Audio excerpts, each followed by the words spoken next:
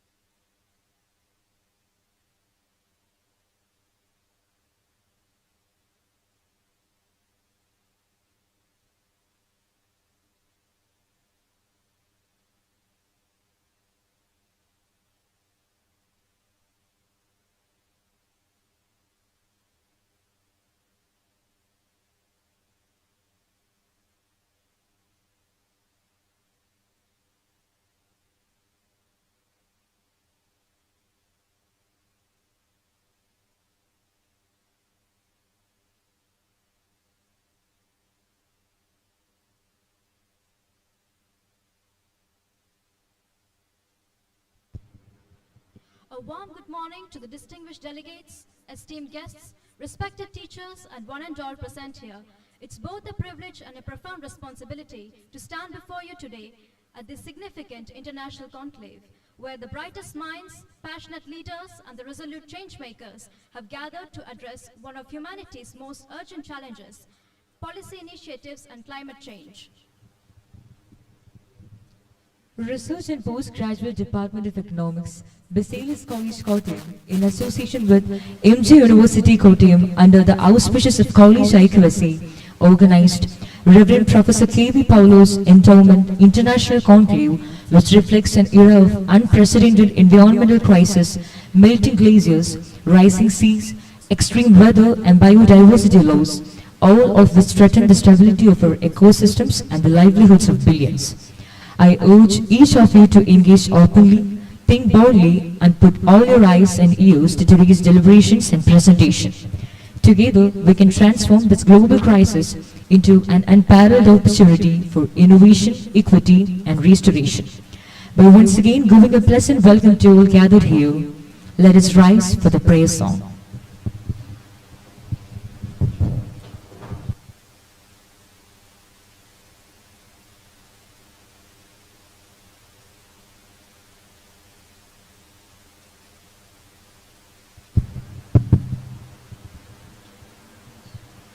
There shall be showers of blessings. This is a promise of love. There shall be seasons refreshing, sent from the Savior above. Showers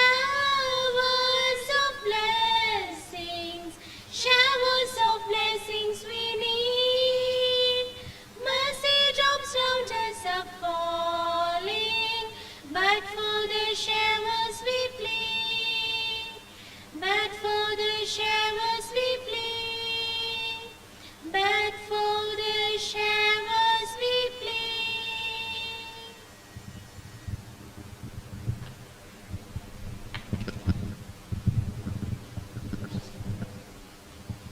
Today, we are gathered here not just to learn from experts, but also witness the creativity and dedication of participants in the video presentation competition themed Green Genesis.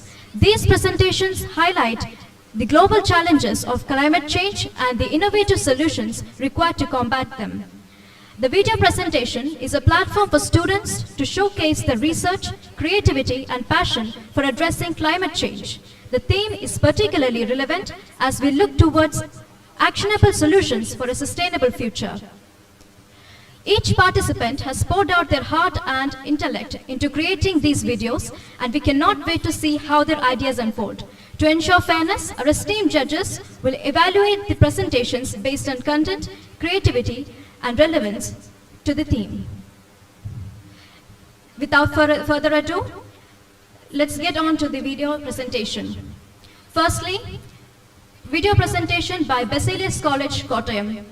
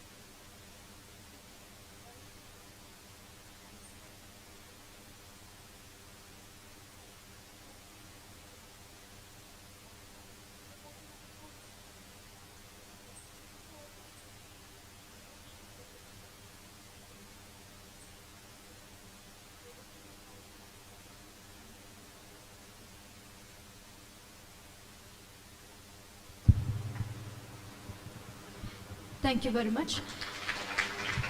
Now on to Ettumanur Appan College, Ettumanur.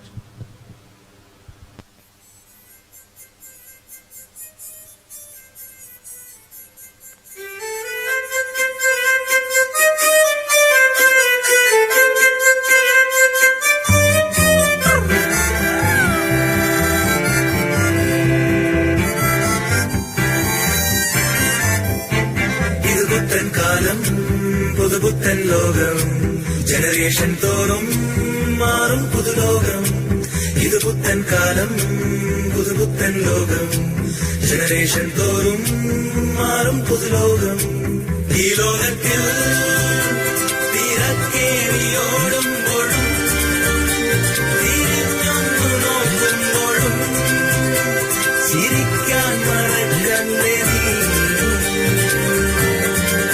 ഈ ലോകത്തിൽ മറക്കാൻ പഠിക്കുമ്പോഴും സഹിക്കാൻ പഠിക്കുമ്പോഴും ചിരിക്കാൻ മറക്കല്ലേ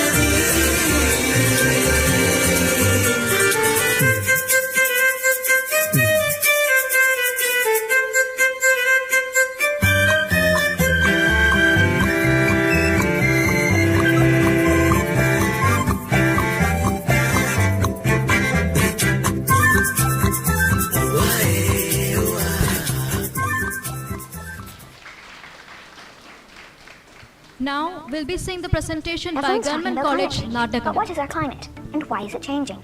Our climate is the Earth's normal weather over a very long time. It usually takes hundreds or thousands of years for the climate to change. But recently, our climate has been changing much faster. All these changes make life harder for our plants, animals, and for people around the world. And the biggest cause of climate change is humans, including you and me. When we use fuel, like oil and gasoline, or remove forests to make room for cities or farms, we release greenhouse gases into our atmosphere. These greenhouse gases cause our climate to get warmer. Normally, when the heat from the sun warms our planet, some of the heat reflects back into space. But greenhouse gases act like a big blanket, holding some of it in. This extra heat can cause all sorts of problems for our planet, and the plants, animals, and people who live here. Our ice and snow are melting faster. Our oceans are getting warmer and higher, and our weather is becoming more extreme, with more heat waves, heavy rainfalls, and powerful hurricanes. Luckily, many countries around the world are working together to fight climate change. And there are lots of easy ways you and I can help too, like reusing things instead of throwing them out. Instead of driving, ride your bike or take the bus. Use less electricity, and eat food grown closer to home. You and I, we can make a difference. We can fight climate change.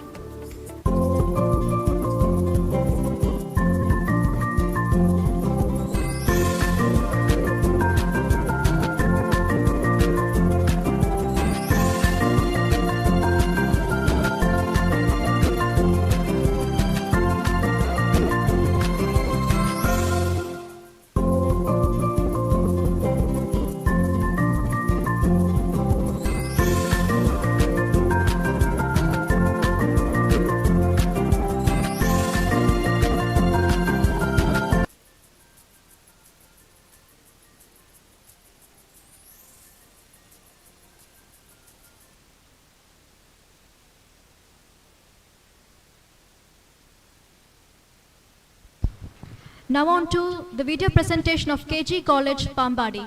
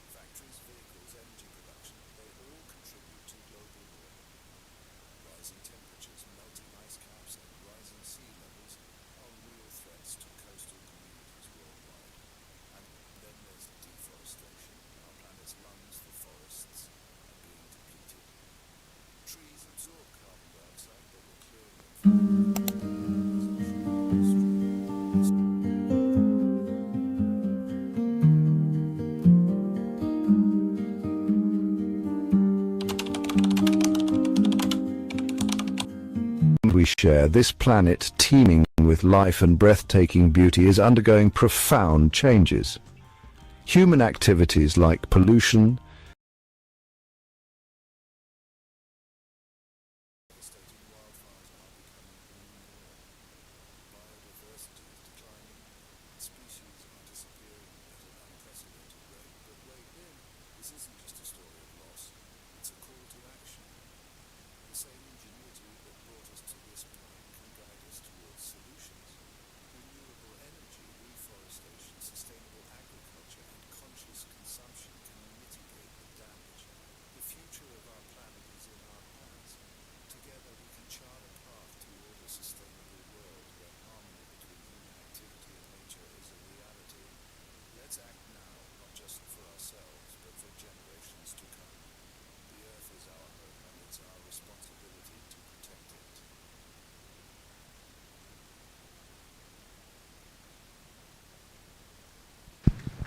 Last but not least, Alfonso College, Pala.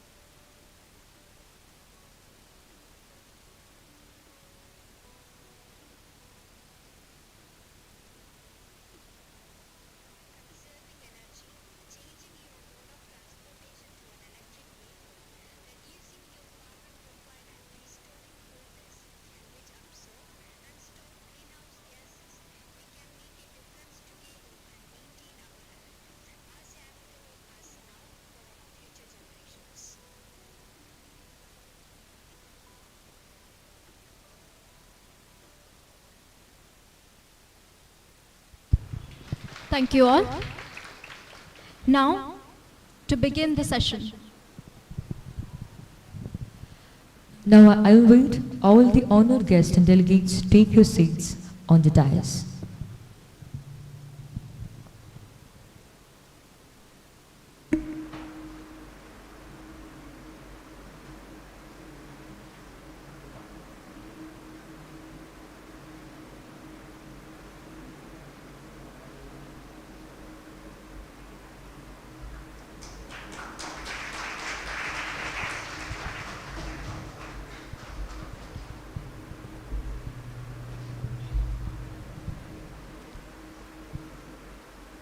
I humbly invite Head, Department of Economics, Dr. Shaju MC, our passionate and dedicated leader, to deliver the welcome speech for this conclave.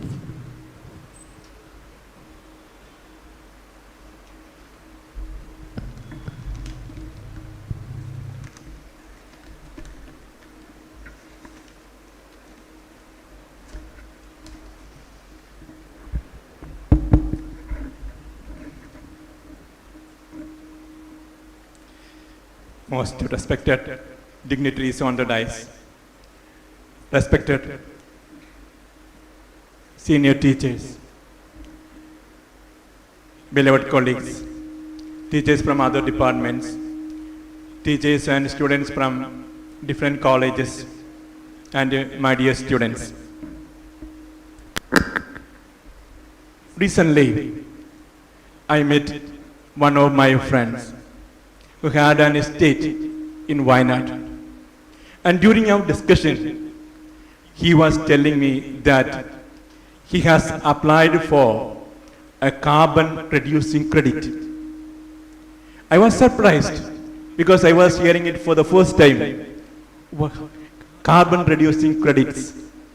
And he told me that the government of India has introduced a system by which estates, tea, rubber and coffee can get credits, carbon credits. And he was telling me that he could get 12 credits per acre of rubber.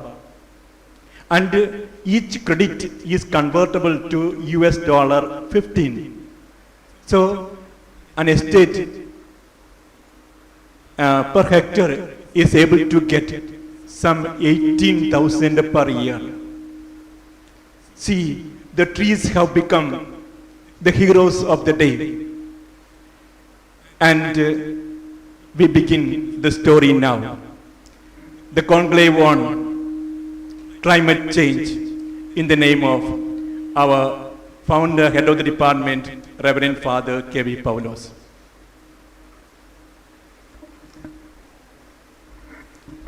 The endowment is instituted by Reverend Father K.V. PAULOSE, a truly remarkable individual, a distinguished academician.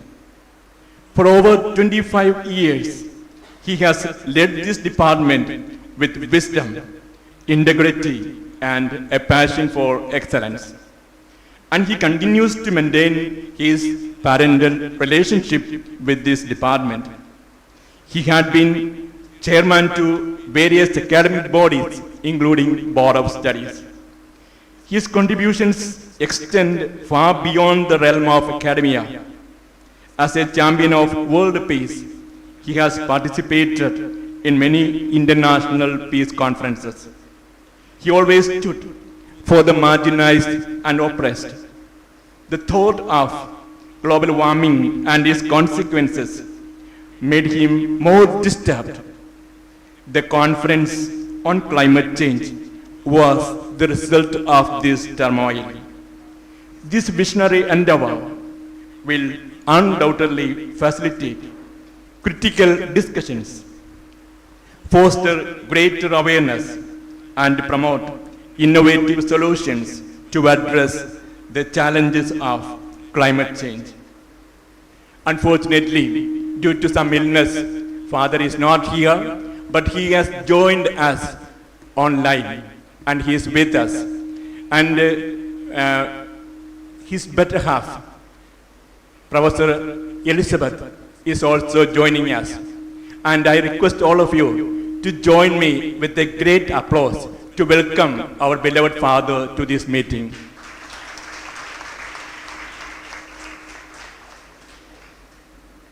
The meeting is presided over by Professor Dr. Jyoti Molpi, the insightful Vice Principal of our esteemed institution. A renowned academic leader, she is celebrated for her exceptional intellectual brilliance, practical wisdom, and foresightedness. Under her guidance, our college has witnessed transformative growth, fostering a culture of innovation and academic rigor. Her strategic leadership has enabled the institution to stay abreast of the changing educational landscape, embracing cutting-edge technologies and pedagogical methods. It is my privilege to welcome our beloved Vice Principal to the conclave. Welcome, Madam.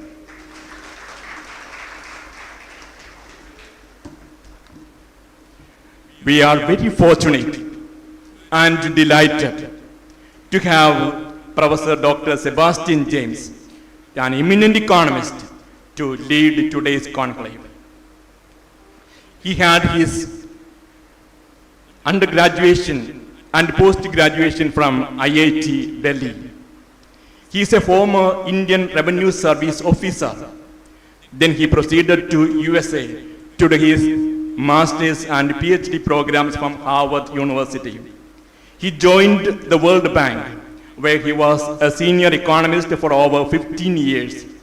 He has advised several developing countries on the design of their tax policy and tax administration.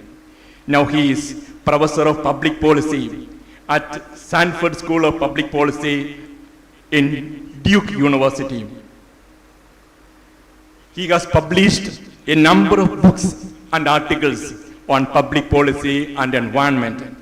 It is our distinct pleasure to welcome Dr. Sebastian James to our college and to this conclave. Welcome, sir.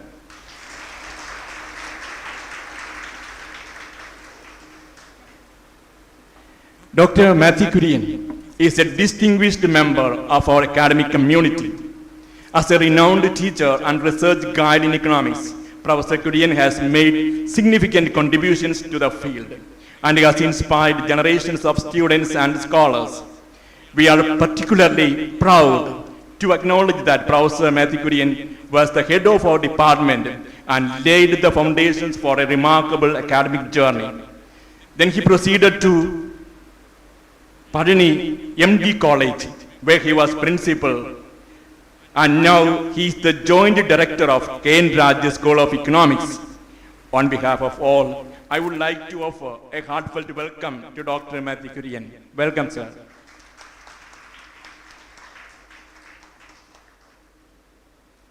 It is an honor to welcome Dr. Varghese Paul, the son of Reverend Father K.V. PAULOSE, and an extraordinary supporter of his father, and a passionate advocate for climate action. He is the medical superintendent and head of the Department of General Surgery at the renowned Malangara Orthodox Syrian Church Medical College, Kolancheri. It is a true honor and privilege to welcome dear sir to this conclave.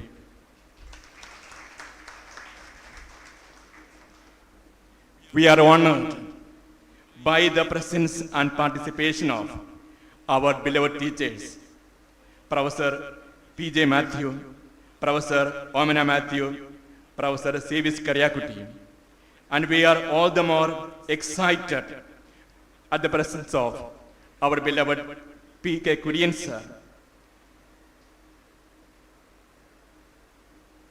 We are delighted over the presence of teachers from other departments, especially Professor Dr. Thomas Kurvela.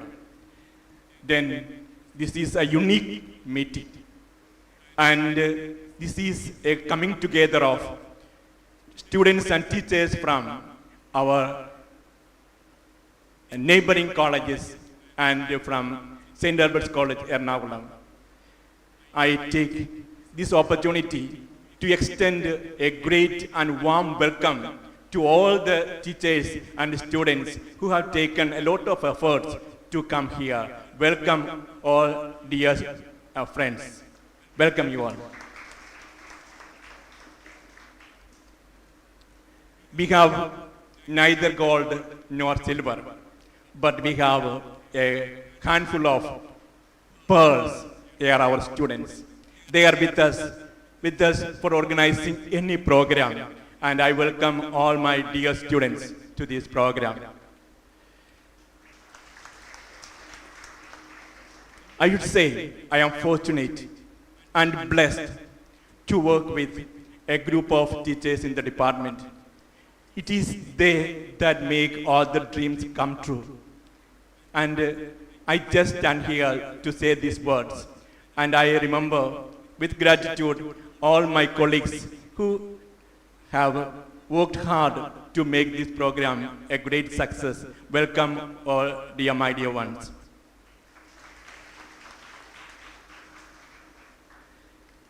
Last but not least, the convener of the program, Dr. Raji John. He has seen to the minute the perfection of the program, and it is his effort that made it a great success. Welcome, Raji sir. Then we have two special guests for the day, and they are Professor Preeti Saira Philip from KG College and Delta Korean from BCM College. I welcome them all. I am sure you will have a nice day and you will have the best hours in your life. Wish you all the best. Thank you. Thank you so much, sir. It is an absolute honor to introduce the distinguished leader, the support system of our institution, someone who has been a guiding light for all of us. Dr. Jodhibol P., respected Vice Principal of Baselius College, a visionary with unparalleled dedication to academic excellence, has consistently inspired us with inspirational words and remarkable hard work. On this significant occasion, we are privileged to have her share her insights and words of wisdom. Please join me in welcoming our respected Vice Principal to the stage for delivering the presidential address.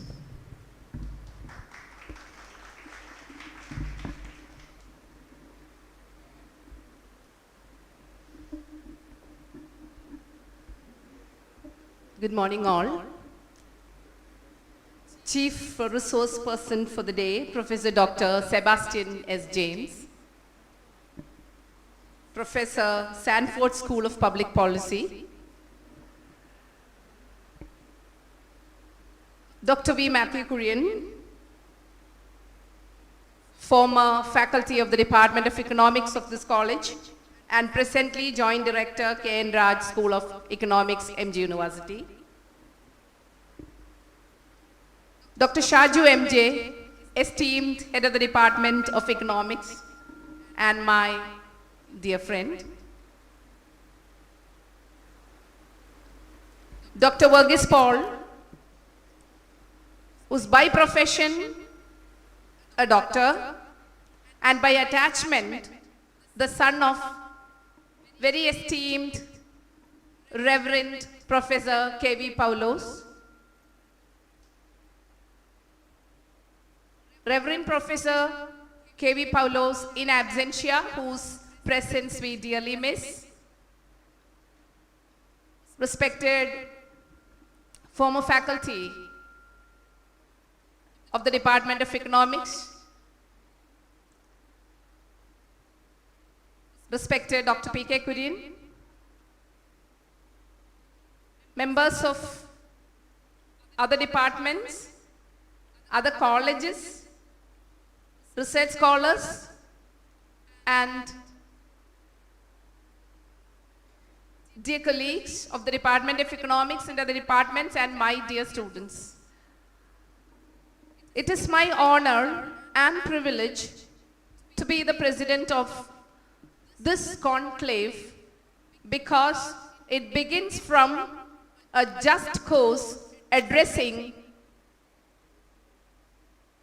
an issue that will actually take our life for a ride. We have been experiencing the problems of climate change, and I was wondering, the videos that have been shown, it has been addressing various issues of climate change. It is not just something that happens to all of us and it goes off. It is something that will take us for a ride in the future. And many years ago, the Chief Seattle addressed this issue to the then President of America, that when you destroy our forest, you are destroying a civilization and a generation. And always, posterity, that is tomorrow, doesn't have voting rights today. So the public policy, which has to be a political issue as well as an issue of power, is never addressed by the governments because tomorrow's never vote today. So your world, which lies tomorrow, will be taken away and destroyed by those in power today. That has always been the case. Why? Climate change, eco issues have been never taken up seriously by governments because it is run by people who makes money and enjoys power through petroleum, through other things, by conscious destruction of things. And we were actually talking about trees as a kind of panacea for the problems caused by eco change. But what kind of trees are we planting? We have acacia and a lot of other things which bears the name of trees but does more harm than good. So I think it is not something that just needs to be debated, but something that needs action. And I think Greta Thunberg years ago said, stop talking, start acting. Since you have actually taken our dreams away from us, you means the people in power have taken our dreams from us. It is time, and you said that tomorrow will be a better day, but no, since the way the governments act is not actually leading to a better tomorrow, it is time to act. And it's a small girl, Greta Thunberg. If you check, you would see the kind of uproar that she caused in the world, putting all the world leaders at her fingertips, asking them, what is your right to steal our world from us? And I am so happy that Reverend Professor K.V. PAULOSE was open to that idea, and we will always think, what can one person do to climate change? What can we do to this world? But yes, the change will come from one single person. And for some years, we have been having this conclave addressing the issue, and we are getting the best in ideas and in public policy to talk to us. There are some important things about which I am happy. One is the presence of Professor Dr. Sebastian James. He has been the professor of the practice of public policy at Stanford. And yes, he has made a change to the decisions that is taken by World Bank. And I hope the kind of ideas will also pave way to changing the way the world looks at economics, how economics is connected to sustainable development. And I hope he has a word to put in along those lines. I am indeed happy on behalf of the college that you are here with us today to talk to our youngsters in and around Kottayam, because there are faculty, research scholars, not only from Baselius College but other colleges as well. The change should come from small groups that will actually trigger and will resonate worldwide. I again express my happiness at the presence of Professor Dr. Matthew Curran, whose wisdom has guided generations, and he still goes on inspiring youngsters with his wide knowledge and his single take on issues. I am happy that Dr. Verghese Paul is here with us today, representing his father and also continuing a family's legacy to a noble cause. Your presence matters a lot. And here, Preeti and Raju John. Preeti is here to respond, and Raju is the coordinator, former faculty members of the Department of Economics, faculty members from other colleges. and our own students. It is a wonderful gathering to begin a thought on something that will change the world. And I am reminded of a quote from Shelley, because I'm an English teacher basically. If winter comes, can spring be far behind? When that question was asked way back in 19th century, we were all sure that spring will come following the winter. Now we are not so sure, and I hope we can make a change by such a group. Thank you for this opportunity, and I wish the department the best for organizing this, and I am happy that this is Shaju's retiring year, and I am happy that he has made it such a memorable one. Thank you, my dears. Thank you for this wonderful opportunity.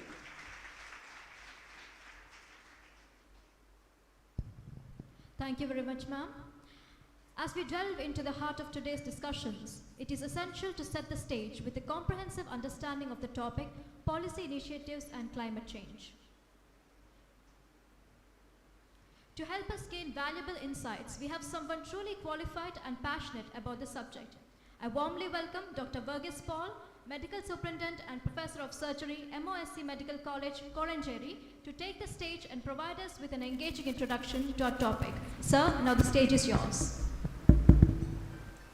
President of today's meeting, Vice Principal Professor Dr. Jyoti Mol, നമ്മുടെ മുഖ്യ പ്രഭാഷകൻ Professor Baselius James of Sanford School of Public Policy, who is going to enlighten us with his practical pearls of wisdom. നമ്മുടെ economics departmentൽ നിന്നും വിരമിച്ച ശേഷം MG യൂണിവേഴ്സിറ്റിയുടെ K.N. Raj School of Economicsലും പ്രകാശിക്കുന്ന Dr. Matthew Kurian sir, Head of the Department of Economics, a dear friend, Professor Dr. Shaju MJ, convener of today's meetings, Dr. Raju John, and Ms. Preeti Sarah Philip, Dr. Tara Thomas, Ms. Jija Mall, Ms. Ashley Thomas, Dr. Ramya Mohan, all of the organizing committee. Dear and distinguished retired teachers of the economics department family, സദസ്സിലുള്ള വിശിഷ്ട അതിഥികളെ, Baselius കോളേജിൽ നിന്നും MG യൂണിവേഴ്സിറ്റിയിൽ നിന്നും എത്തിച്ചേർന്നിരിക്കുന്ന ഗവേഷക വിദ്യാർത്ഥികളെ, സുഹൃത്തുക്കളെ, ഏവർക്കും എൻ്റെ നമസ്കാരം. Today we breathe in this new age where negative is the new positive and artificial is crowned the new legitimate. Artificial is shaping the human race from insemination to intelligence, and we call it value addition, and stand perplexed between the truth and the post-truth. Let me quote the warning that Mahatma Gandhiji said once: "Our earth has enough for everyone's need, but not enough for everyone's greed."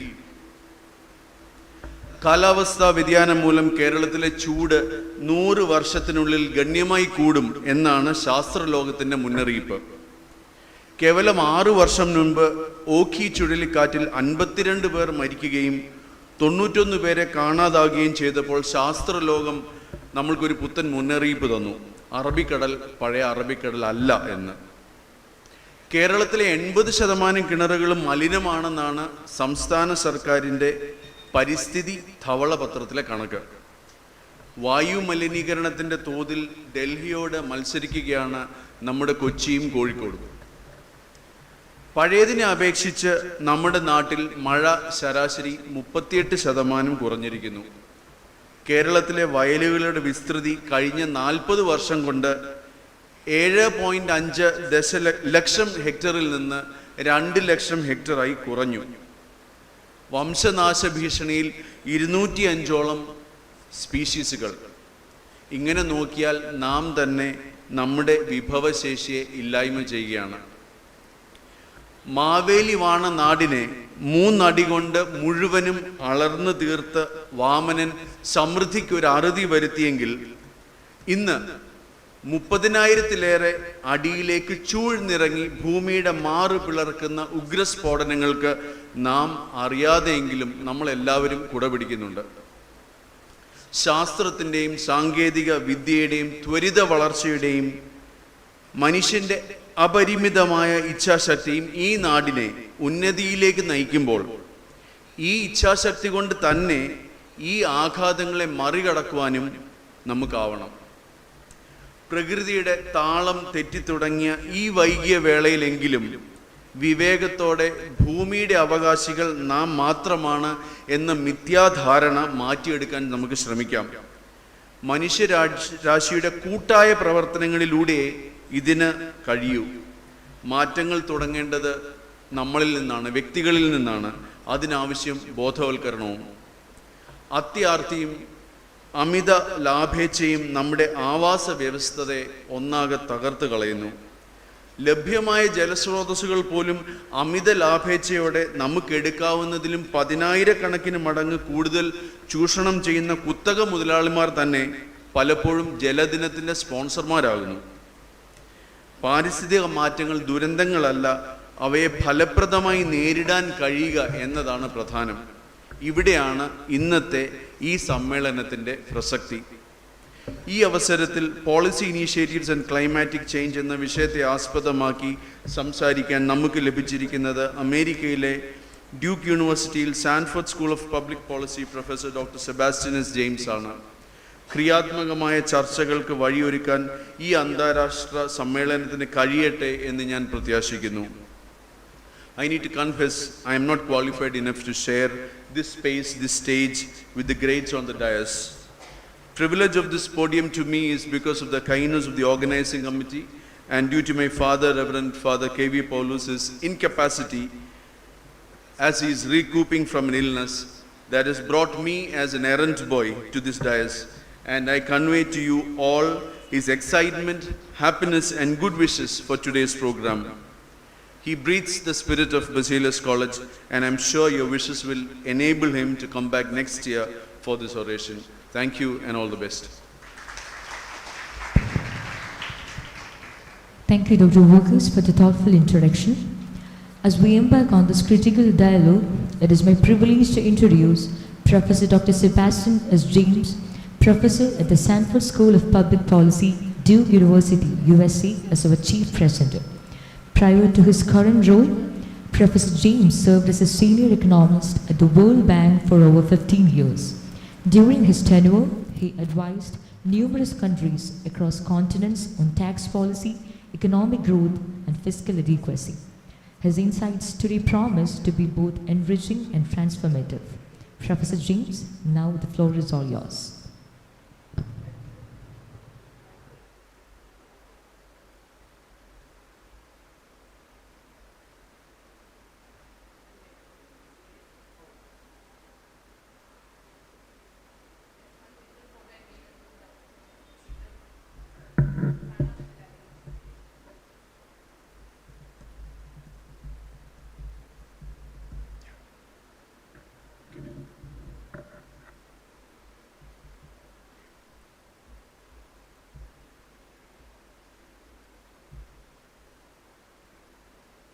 I don't want them to see this.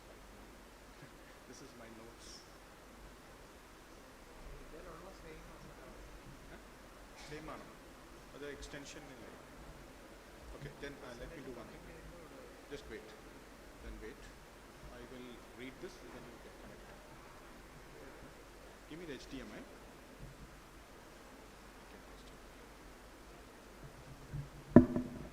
Can you close that now?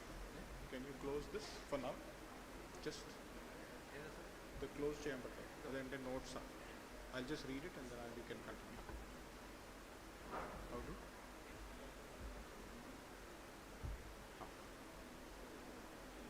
Good. Perfect. അപ്പോൾ ഞാൻ ഞാൻ ഇത് കഴിഞ്ഞിട്ട് ഞാൻ I'll start this അല്ലേ?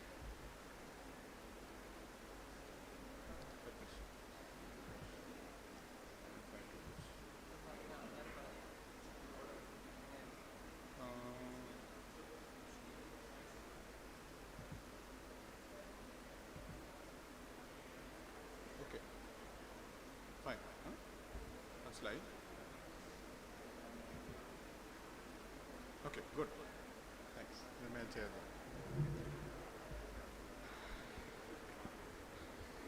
നമസ്കാരം. ഞാൻ Sebastian James ആണ്. ഞാൻ ഇപ്പോൾ പ്രൊഫസറാണ്. ഇതിന് മുമ്പ് ഞാൻ ഡ്യൂക്ക് യൂണിവേഴ്സിറ്റി ആയിരുന്നു. എനിക്ക് കുറച്ച് നോട്ട്സ് ഉണ്ട്, സോ ക്ഷമിക്കണം. എൻ്റെ ഇൻട്രൊഡക്ഷൻ ചെയ്തു, പക്ഷേ ജസ്റ്റ് ഒരു ചെറിയൊരു ഇൻട്രൊഡക്ഷൻ. ഞാൻ മുമ്പ് ഇന്ത്യൻ റവന്യൂ സർവീസിലായിരുന്നു, IRS. അപ്പോൾ എൻ്റെ കരിയർ ആരംഭിച്ചു അവിടുന്ന്, ഇന്ത്യൻ റവന്യൂ സർവീസിൽ. അപ്പോൾ 7 കൊല്ലം കഴിഞ്ഞിട്ട് ഞാൻ അമേരിക്കയിൽ പഠിക്കാൻ പോയി, മാസ്റ്റേഴ്സും PhD ചെയ്യാൻ ഹാർവർഡ് യൂണിവേഴ്സിറ്റിയിൽ. അതിനുശേഷം 15 വർഷം ലോക ബാങ്കിൽ ജോലി ചെയ്തിരുന്നു. എൻ്റെ സ്പെഷ്യാലിറ്റി ടാക്സ് പോളിസിയാണ്. ഇപ്പോൾ റവന്യൂ സർവീസിൽ അറിയാമല്ലേ, റവന്യൂ സർവീസ് നികുതിൻ്റെ വിഷയത്തെക്കുറിച്ച്, നയത്തെക്കുറിച്ച് അവിടെ ഞാൻ ജോലി ചെയ്തിരുന്നു. അപ്പോൾ എൻ്റെ എക്സ്പെർട്ടീസ് ടാക്സ് പോളിസിയാണ്. പക്ഷേ ടാക്സ് പോളിസിയും ഇപ്പോൾ ഗ്ലോബൽ വാർമിംഗ്, ക്ലൈമറ്റ് ചേഞ്ചിൻ്റെ ഒരു റിലേഷൻ ഉണ്ട്. അത് മെയിൻ റിലേഷൻ എന്താ, കാർബൺ ടാക്സസ്, കാർബൺ ഫ്യൂലിൻ്റെ മേലെ ഒരു നികുതി, അത് ഒരു ചെറിയൊരു റിലേഷൻ ഉണ്ട്. അത് ആയിട്ട് എനിക്ക് കുറച്ച് ഗ്ലോബൽ ക്ലൈമറ്റ് ചേഞ്ചിനെ കുറിച്ചും ഞാൻ കുറച്ച് റിസർച്ച് ചെയ്തു.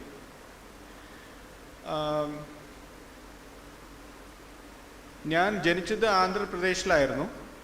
ആന്ധ്രാപ്രദേശിലാണ്. ജീവിതം ചെലവഴിച്ചത് കേരളത്തിൽ പുറത്തായിരുന്നു.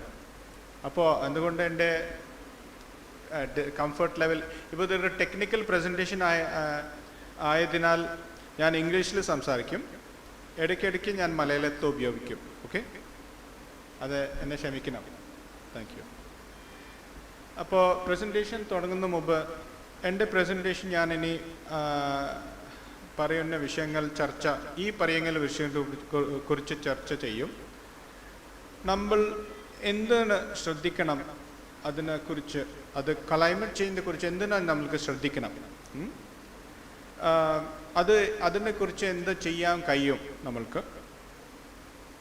അതിനുശേഷം കാർബൺ സൈക്കിൾ ഒരു ചക്രം, കാർബണിൻ്റെ ക്രിയേഷൻ, കാർബൺ ഡയോക്സൈഡിൻ്റെ ക്രിയേഷൻ, കാർബൺ ഡയോക്സൈഡിൻ്റെ അബ്സോർപ്ഷൻ, ഒരു സൈക്കിളുണ്ട്. അതിനെക്കുറിച്ച് നമ്മൾ അത് മനസ്സിലാക്കുന്നു. പിന്നെ അന്തരീക്ഷത്തിലെ കാർബൺ ഡയോക്സൈഡിൻ്റെ അളവ് ഉത്തരവാദിത്വം 6ആണ്. ഈ കാർബൺ ഡയോക്സൈഡ് ഇപ്പോൾ നമ്മുടെ അന്തരീക്ഷത്തിൽ ഉണ്ട്, ഈ കാർബൺ ഡയോക്സൈഡ് അത് 6 അവിടെ വെച്ചത്. അതുപോലെ കാരണം അവരെ കൂട്ടുകാർ അവരാണ്, നമ്മളല്ല. അത് 6ആണ്. അത് വിൽ ഫൈൻഡ് ഔട്ട് നമ്മൾ. പിന്നെ ക്ലൈമറ്റ് ചേഞ്ച്, ഓക്കെ. അപ്പോൾ ഇത് എങ്ങനെ നമ്മൾ നേരിടാം, ഇതിൻ്റെ പോളിസി ടൂൾസ് എന്താണ് നമ്മൾക്ക് ഇത് നേരിടാൻ. പിന്നെ കാർബൺ ടാക്സും എമിഷൻ ട്രേഡിങ്ങിൻ്റെ കുറിച്ച് നമ്മൾ കുറച്ച് ചർച്ച ചെയ്യും. കാർബൺ ടാക്സേഷൻ, എമിഷൻ ട്രേഡിങ്, അതുപോലെ നമ്മൾ അതിൻ്റെ കുറിച്ച് ചർച്ച ചെയ്യും. പിന്നെ കുറഞ്ഞ കാർബൺ സമ്പദ് വ്യവസ്ഥയ്ക്കായി വികസ്വര രാജ്യങ്ങൾക്ക് പണം നൽകാൻ സമ്പന്ന രാജ്യങ്ങൾക്ക് എങ്ങനെ കഴിയും. ഓക്കെ, കാരണം അവരാ കൂട്ടക്കാർ, അപ്പോൾ അവർക്ക് പൈസ കൊടുക്കണം, ബാക്കി വേറെ. സോ അതിൻ്റെ കുറിച്ച് നമ്മളോട് ഡിസ്കഷൻ ചെയ്യും. അതിൻ്റെ ഫണ്ടിൻ്റെ സംവിധാനം, ആ ഫണ്ടിൻ്റെ ഡിസ്ട്രിബ്യൂഷൻ, അതെങ്ങനെയാണ് ചെയ്യുന്നത്, അതിൻ്റെ കുറിച്ച് നമ്മൾ സംസാരിക്കും. ഓക്കെ, സോ ഞാൻ പല സ്ലൈഡ്സ് ഞാൻ മലയാളത്തിൽ എഴുതിയിട്ടുണ്ട്. അപ്പോൾ പിന്നാലെ ഇരുന്ന ആൾക്കാർക്ക് കുറച്ച് ബുദ്ധിമുട്ടുണ്ടാവും പഠിക്കാൻ, പക്ഷെ നമ്മൾ ശ്രമിക്കാം.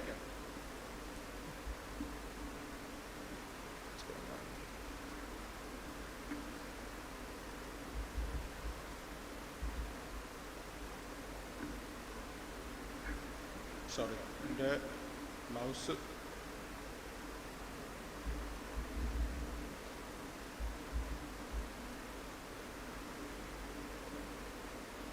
I've lost control of my mouse. I might need a technical problems.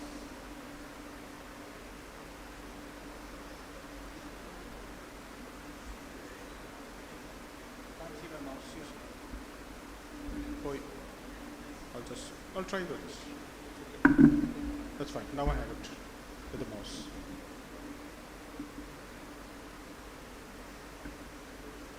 Okay.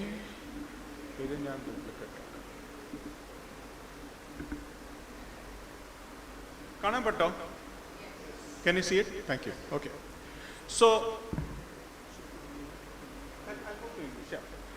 I realize my Malayalam is not great, so I'll speak in English right now. Okay. Sorry for that.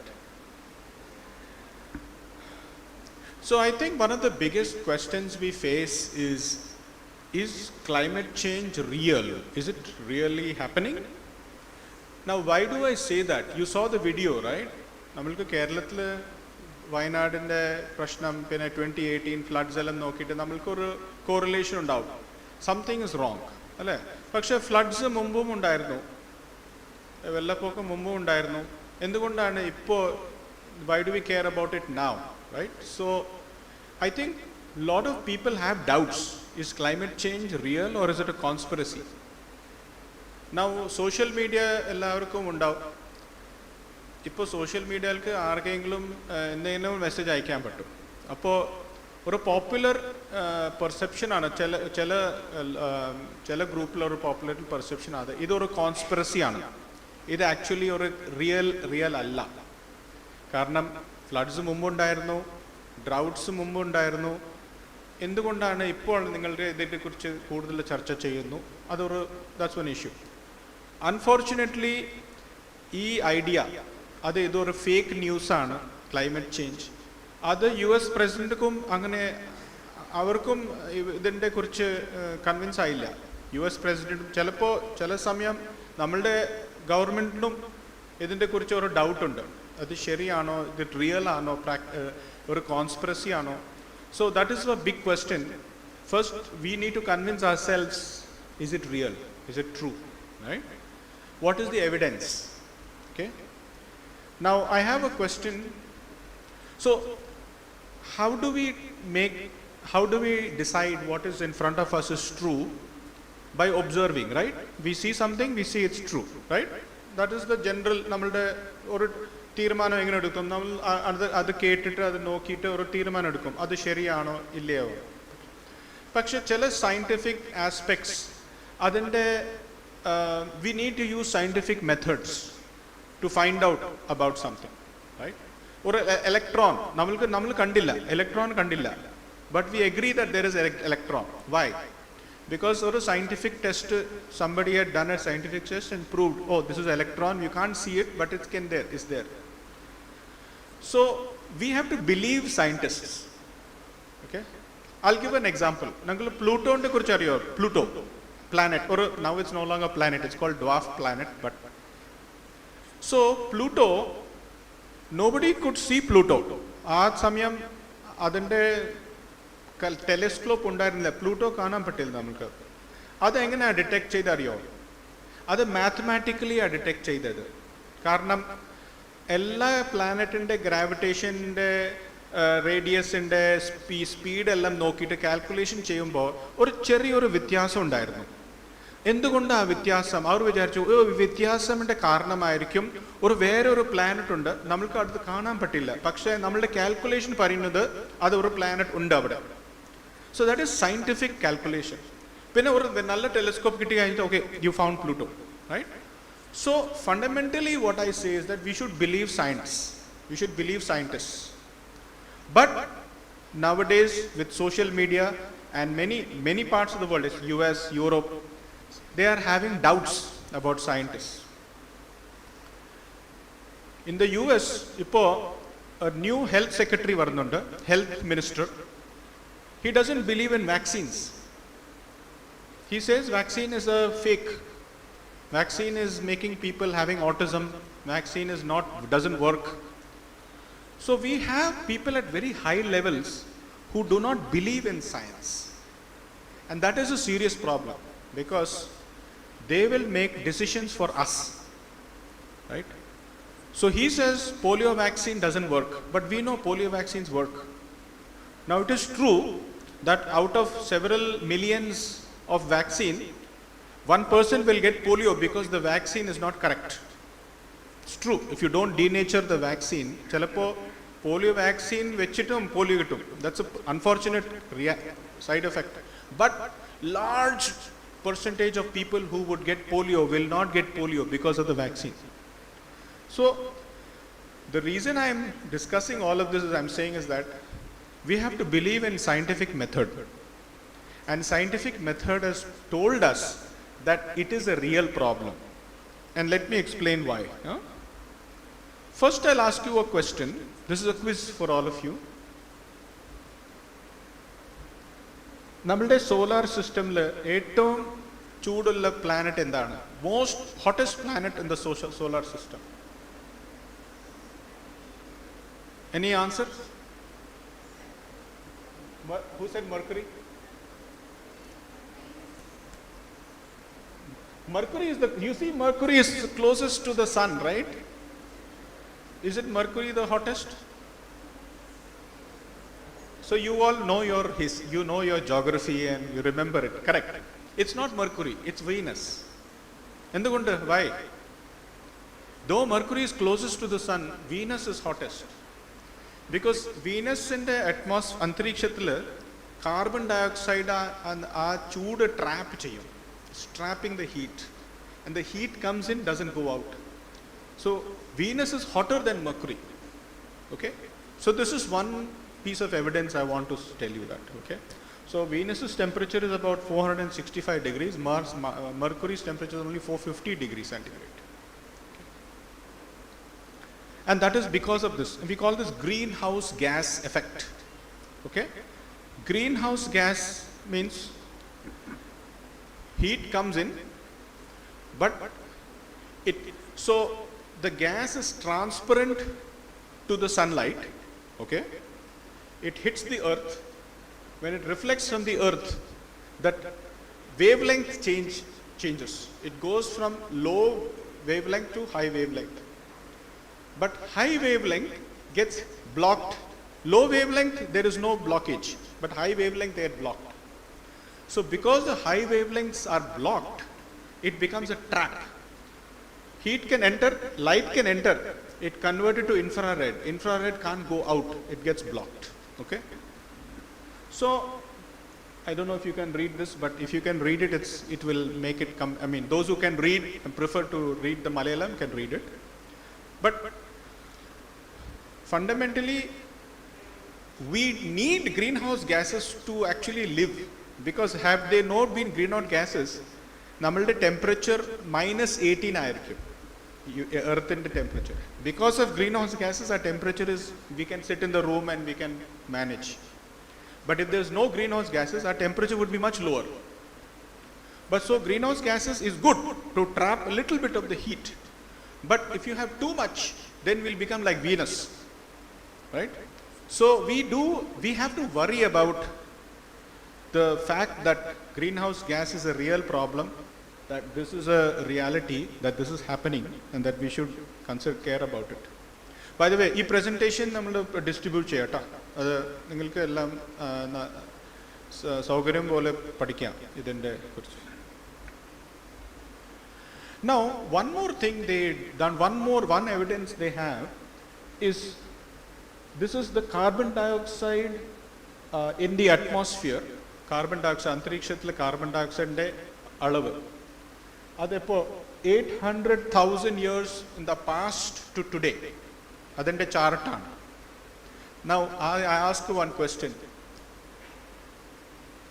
How can you find out the carbon concentration 800,000 years before? How can we do that? Can somebody tell me? 800,000 in the past. ആ സമയം എത്ര carbon dioxide അന്തരീക്ഷത്തിൽ ഉണ്ടായിരുന്നു?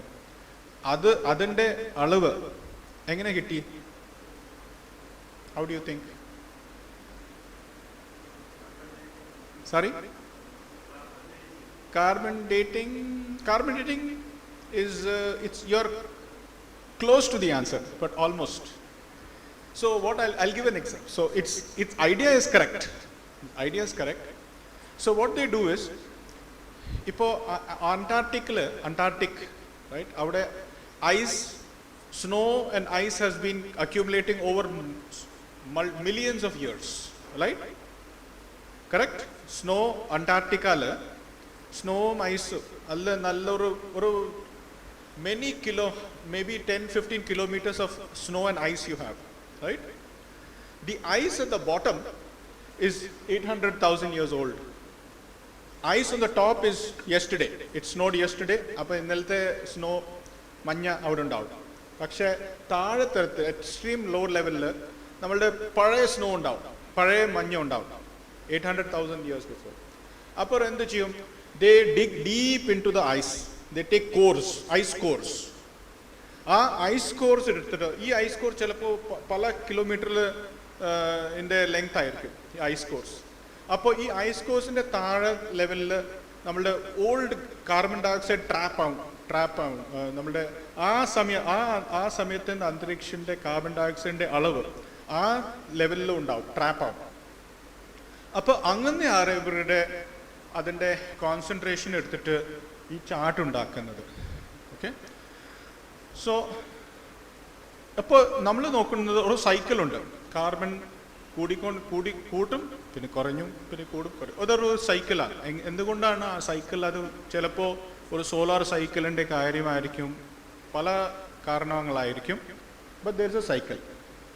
പക്ഷേ ഈ last നമ്മളുടെ just 60 years ago ഇതിൻ്റെ speed വളരെ കുറച്ച് സമയത്തിൽ ഇതിൻ്റെ അളവ് വളരെ കൂടിക്കൊണ്ടിരിക്കും. അപ്പോൾ അതൊരു വറിയിങ് സൈനാണ് നമ്മൾക്ക്. It's a little bit concerning for us that why did this level go up so suddenly in such a short period. Last level you see that എല്ലാ സമയം ഇത് കൂട്ടും, പക്ഷെ കുറച്ച് അതിൻ്റെ സ്പീഡ് കുറച്ച് കുറഞ്ഞിട്ടാണ്. പക്ഷെ ഈ തവണ ഇതിൻ്റെ ലെവൽ വളരെ ഹൈ സ്പീഡിലാണ് കൂടിക്കൊണ്ടിരിക്കുന്നത്. ഇപ്പം അത് കണ്ടിന്യൂ ചെയ്താൽ നമ്മളുടെ എല്ലാ പഴയ റെക്കോർഡ് നമ്മൾ അതിൻ്റെ പുറത്താവും, right? So we have crossed all the old records. Highest was 300 parts per million. ഇപ്പോൾ നമ്മളുടെ 417 parts per million ആയി, ഓൾറെഡി അതിൻ്റെ ക്രോസ് ആയി. Okay, so historically we are in a very dangerous position. So now the problem is, if that becomes worse, what will be our situation? Nammude avastha engane endayirikkum.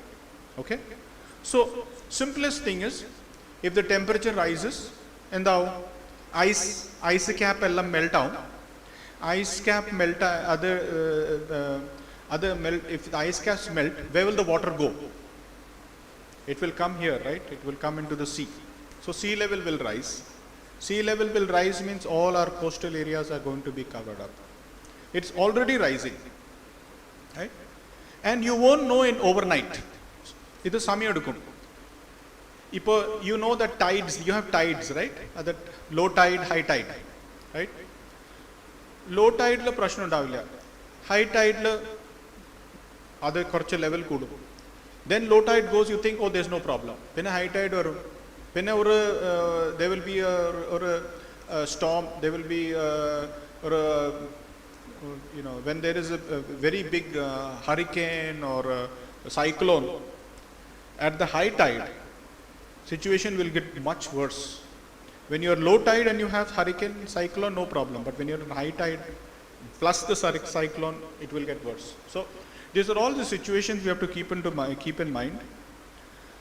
So first thing is to understand, like you see, there is a cycle, right? The cycle under. So let's understand what is the source of carbon dioxide and what is the sink of carbon dioxide. Right? So the biggest sink of carbon dioxide happens to be the oceans. So oceans absorb 25 to 30% of all the carbon dioxide. Adu nammude samudraana adinte aa carbon dioxide samudrala absorb aavana. Appo adu ayal endavum nammude ocean the acidic content koodum. Carbon dioxide or acidic carbon dioxide and water you mix it together, you get high HCO3.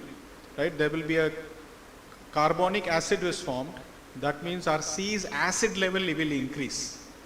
Appo acid level nammade samudradinte acid level koodiyal coral ariyo coral ellam bleach avum adellam acid vannittu because coral is calcium carbonate. Acid and calcium carbonate will react, will form more carbon dioxide.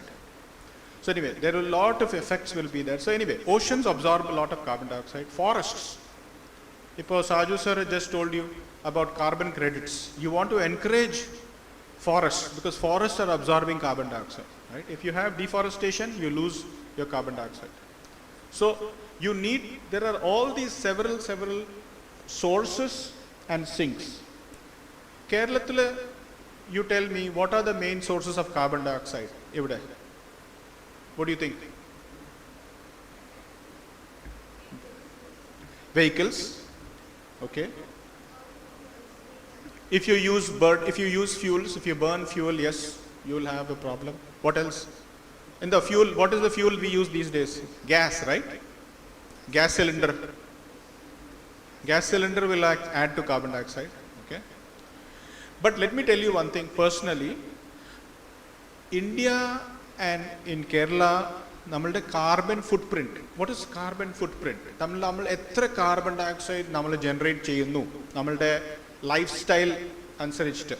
For example, we may have a car, we may use gas, etc. So all this is creating carbon dioxide.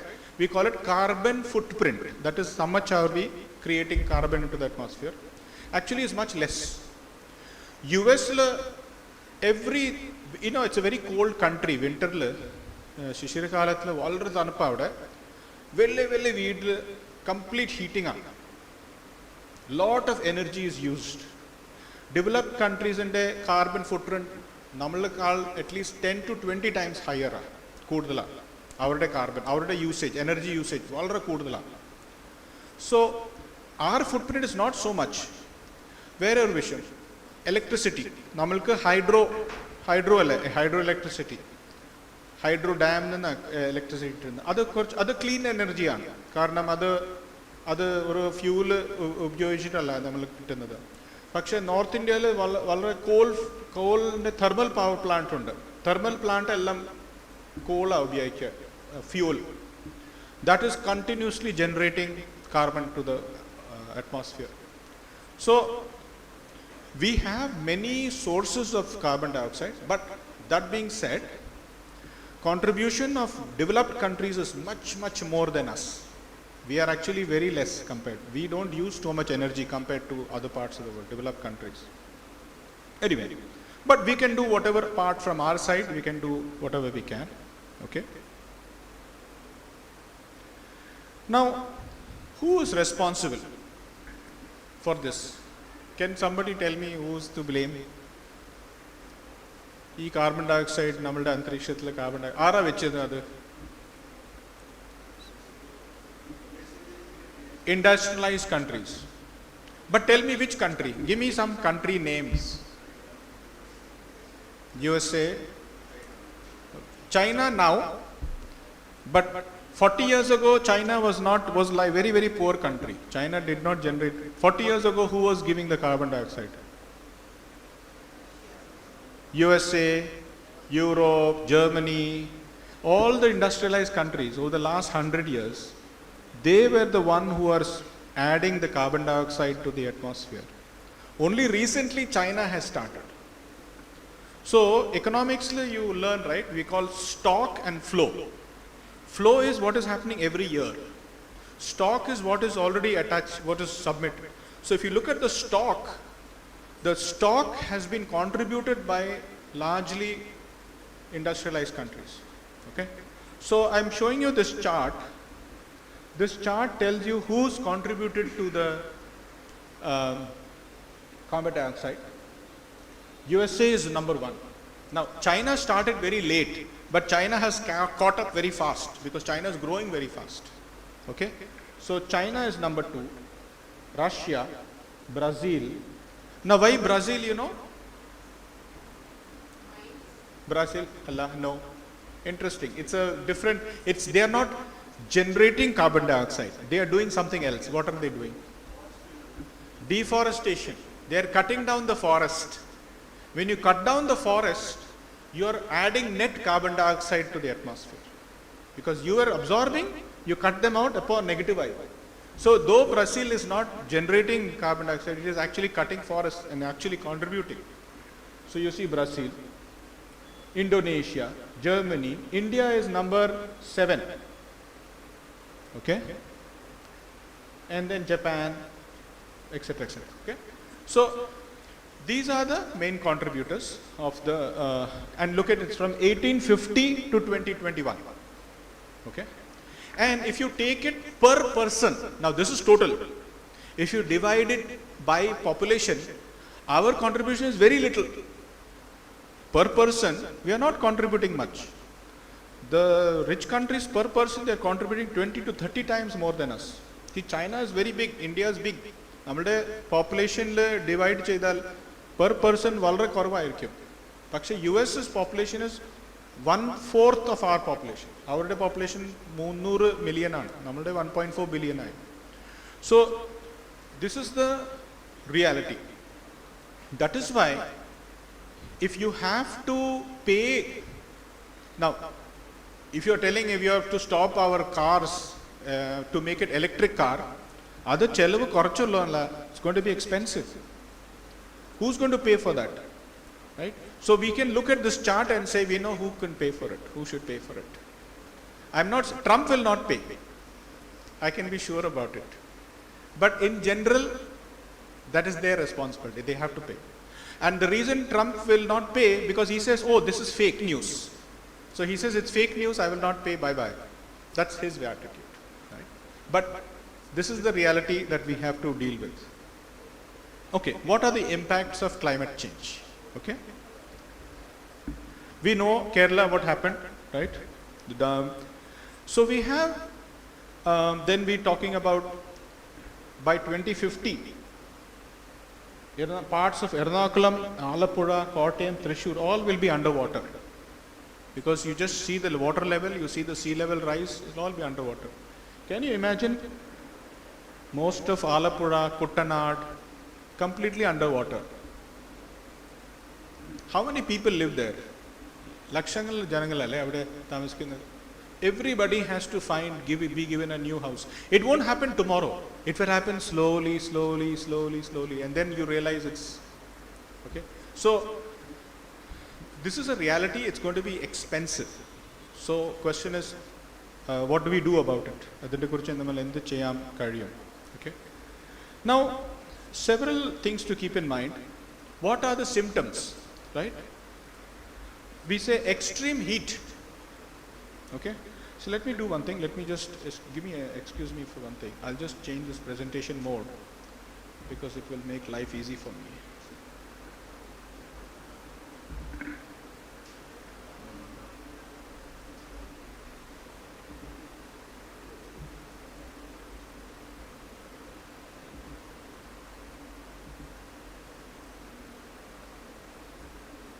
Okay, good. Now we can, oh, now you can't see it.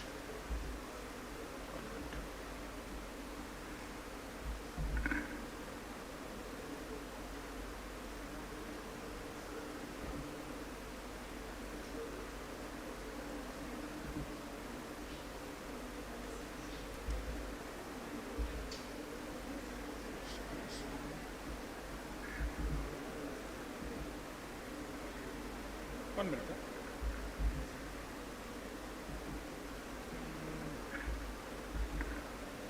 Now I don't know what to do. Anyway.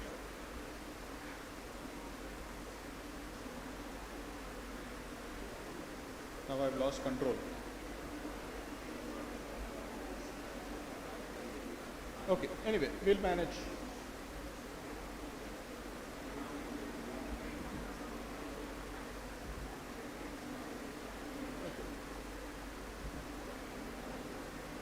Okay, let's work with this. It's going to be difficult, but we'll manage. Extreme heat, okay, symptoms of climate change. You're going to have extreme heats, right? 50 degrees, 45 degrees, right? Temperatures, very extreme heat. You'll also have extreme cold. That is also interesting.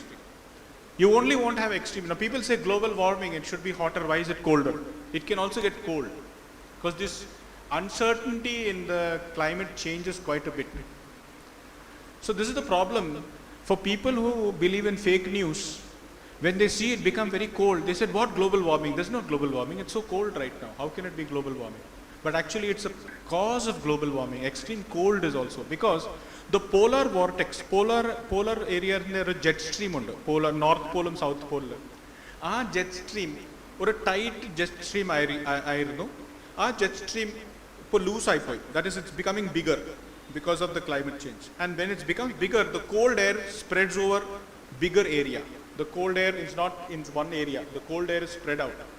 So it gets colder also in the winter, and summer will get very hot. Then you have floods, right? Then you have rising sea levels. Right? So you have all these, and why is it happening? Is because lot of the sea is capturing lot of the energy because temperature is heat, right? It's hot. When the sea gets hotter, there's more water vapor. More water vapor means more clouds, more rain. So it's all a consequence of the fact that energy is going into the seas and that energy is getting trapped in the water. That creates a very, very heavy clouds and storms. So the energy has to somehow dissipate, and there is energy is happening through the cycle. Okay? So maybe I'll give you some time to read this, but essentially I would say even humanity, let's say the temperature goes highest temperature that humans can bear. Okay? Humans, we call it wet bulb temperature. There is a certain temperature beyond which human beings can't survive without air conditioning. And if that temperature arises, there would be large scale death. Now again, you won't observe it every day. You'll observe it, there will be heat wave, then there will be 100 people dying. Next heat wave, 1,000 people will die. Next heat wave, 1 lakh people will die. So this is when these heat waves happen, at some point in time, the human body can't tolerate that heat. So this is not something we are not, again, the problem is it won't happen today and tomorrow. It will take time, but scientists are predicting this will happen. So we have to be careful about it and we have to be aware of it. Now, how does it affect the economy? Okay, Sampat Vyavastha, other than how does it affect the economy? How do we take an example? Like I give an example here. Yeah.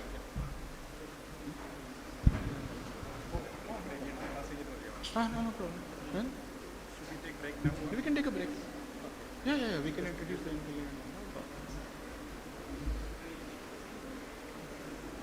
Namaskar.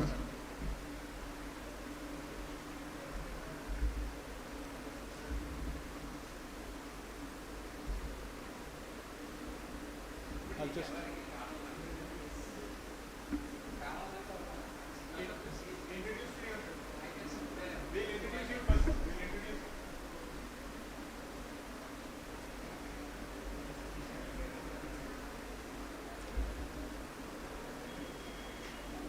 yes, introduce you. Yes, sir.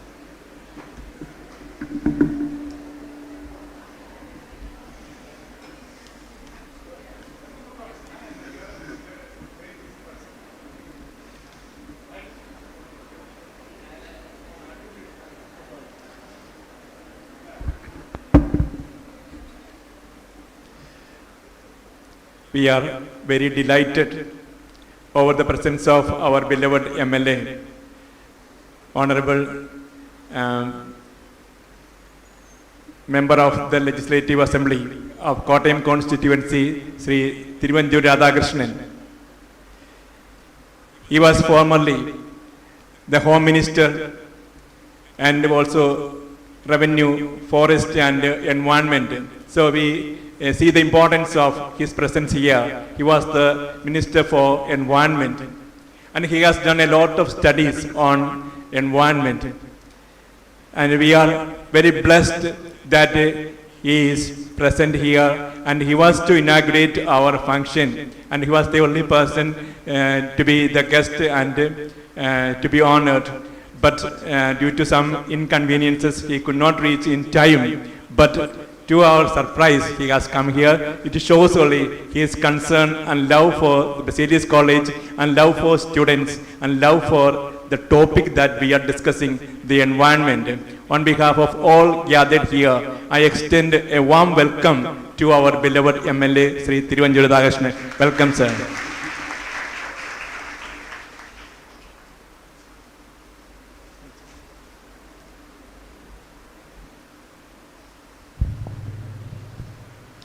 It's indeed a moment of great pride and joy as we gather here for this special occasion. This event marks an important milestone for us, and it is made even more special by the presence of an distinguished leader who has dedicated himself to the service of our community. On behalf of everyone present, I extend a warm and heartfelt welcome to Sri Thiruvanjuru Radhakrishnan, Honorable MLA of Kottayam. Let's all welcome our esteemed MLA with a big round of applause as he takes the stage to address us. ബഹുമാന്യനായ doctor Shaju M J അവർക്ക്,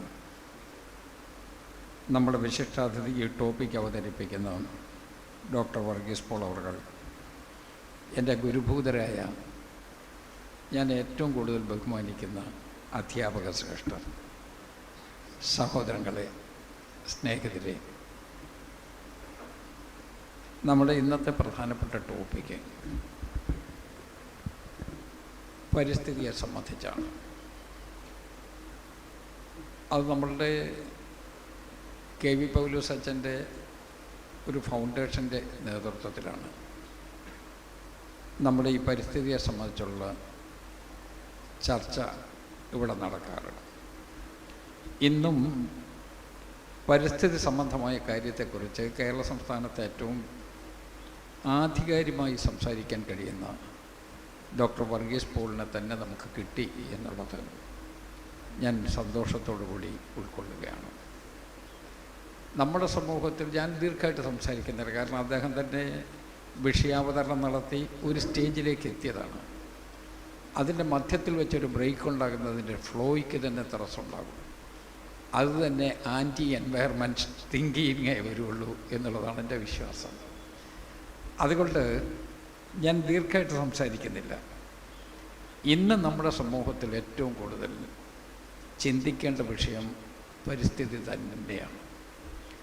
പ്രത്യേകിച്ച് നമ്മളുടെ ഈ ഭൂപ്രകൃതി അനുസരിച്ച് ഇന്ത്യയുടെ ഈ ഭാഗത്ത് കിടക്കുന്ന പ്രദേശങ്ങൾ, അത് കേരളം മാത്രമല്ല, കേരളം, തമിഴ്നാട്, കർണാടകം, പോണ്ടിച്ചേരി, ഇതെല്ലാം, ഈ സംസ്ഥാനങ്ങളെല്ലാം കൃത്യമായി പരിസ്ഥിതിയെക്കുറിച്ചുള്ള ഒരു ചിന്ത ഉണ്ടാകണമെന്ന് തന്നെയാണ് എൻ്റെ അഭിപ്രായം.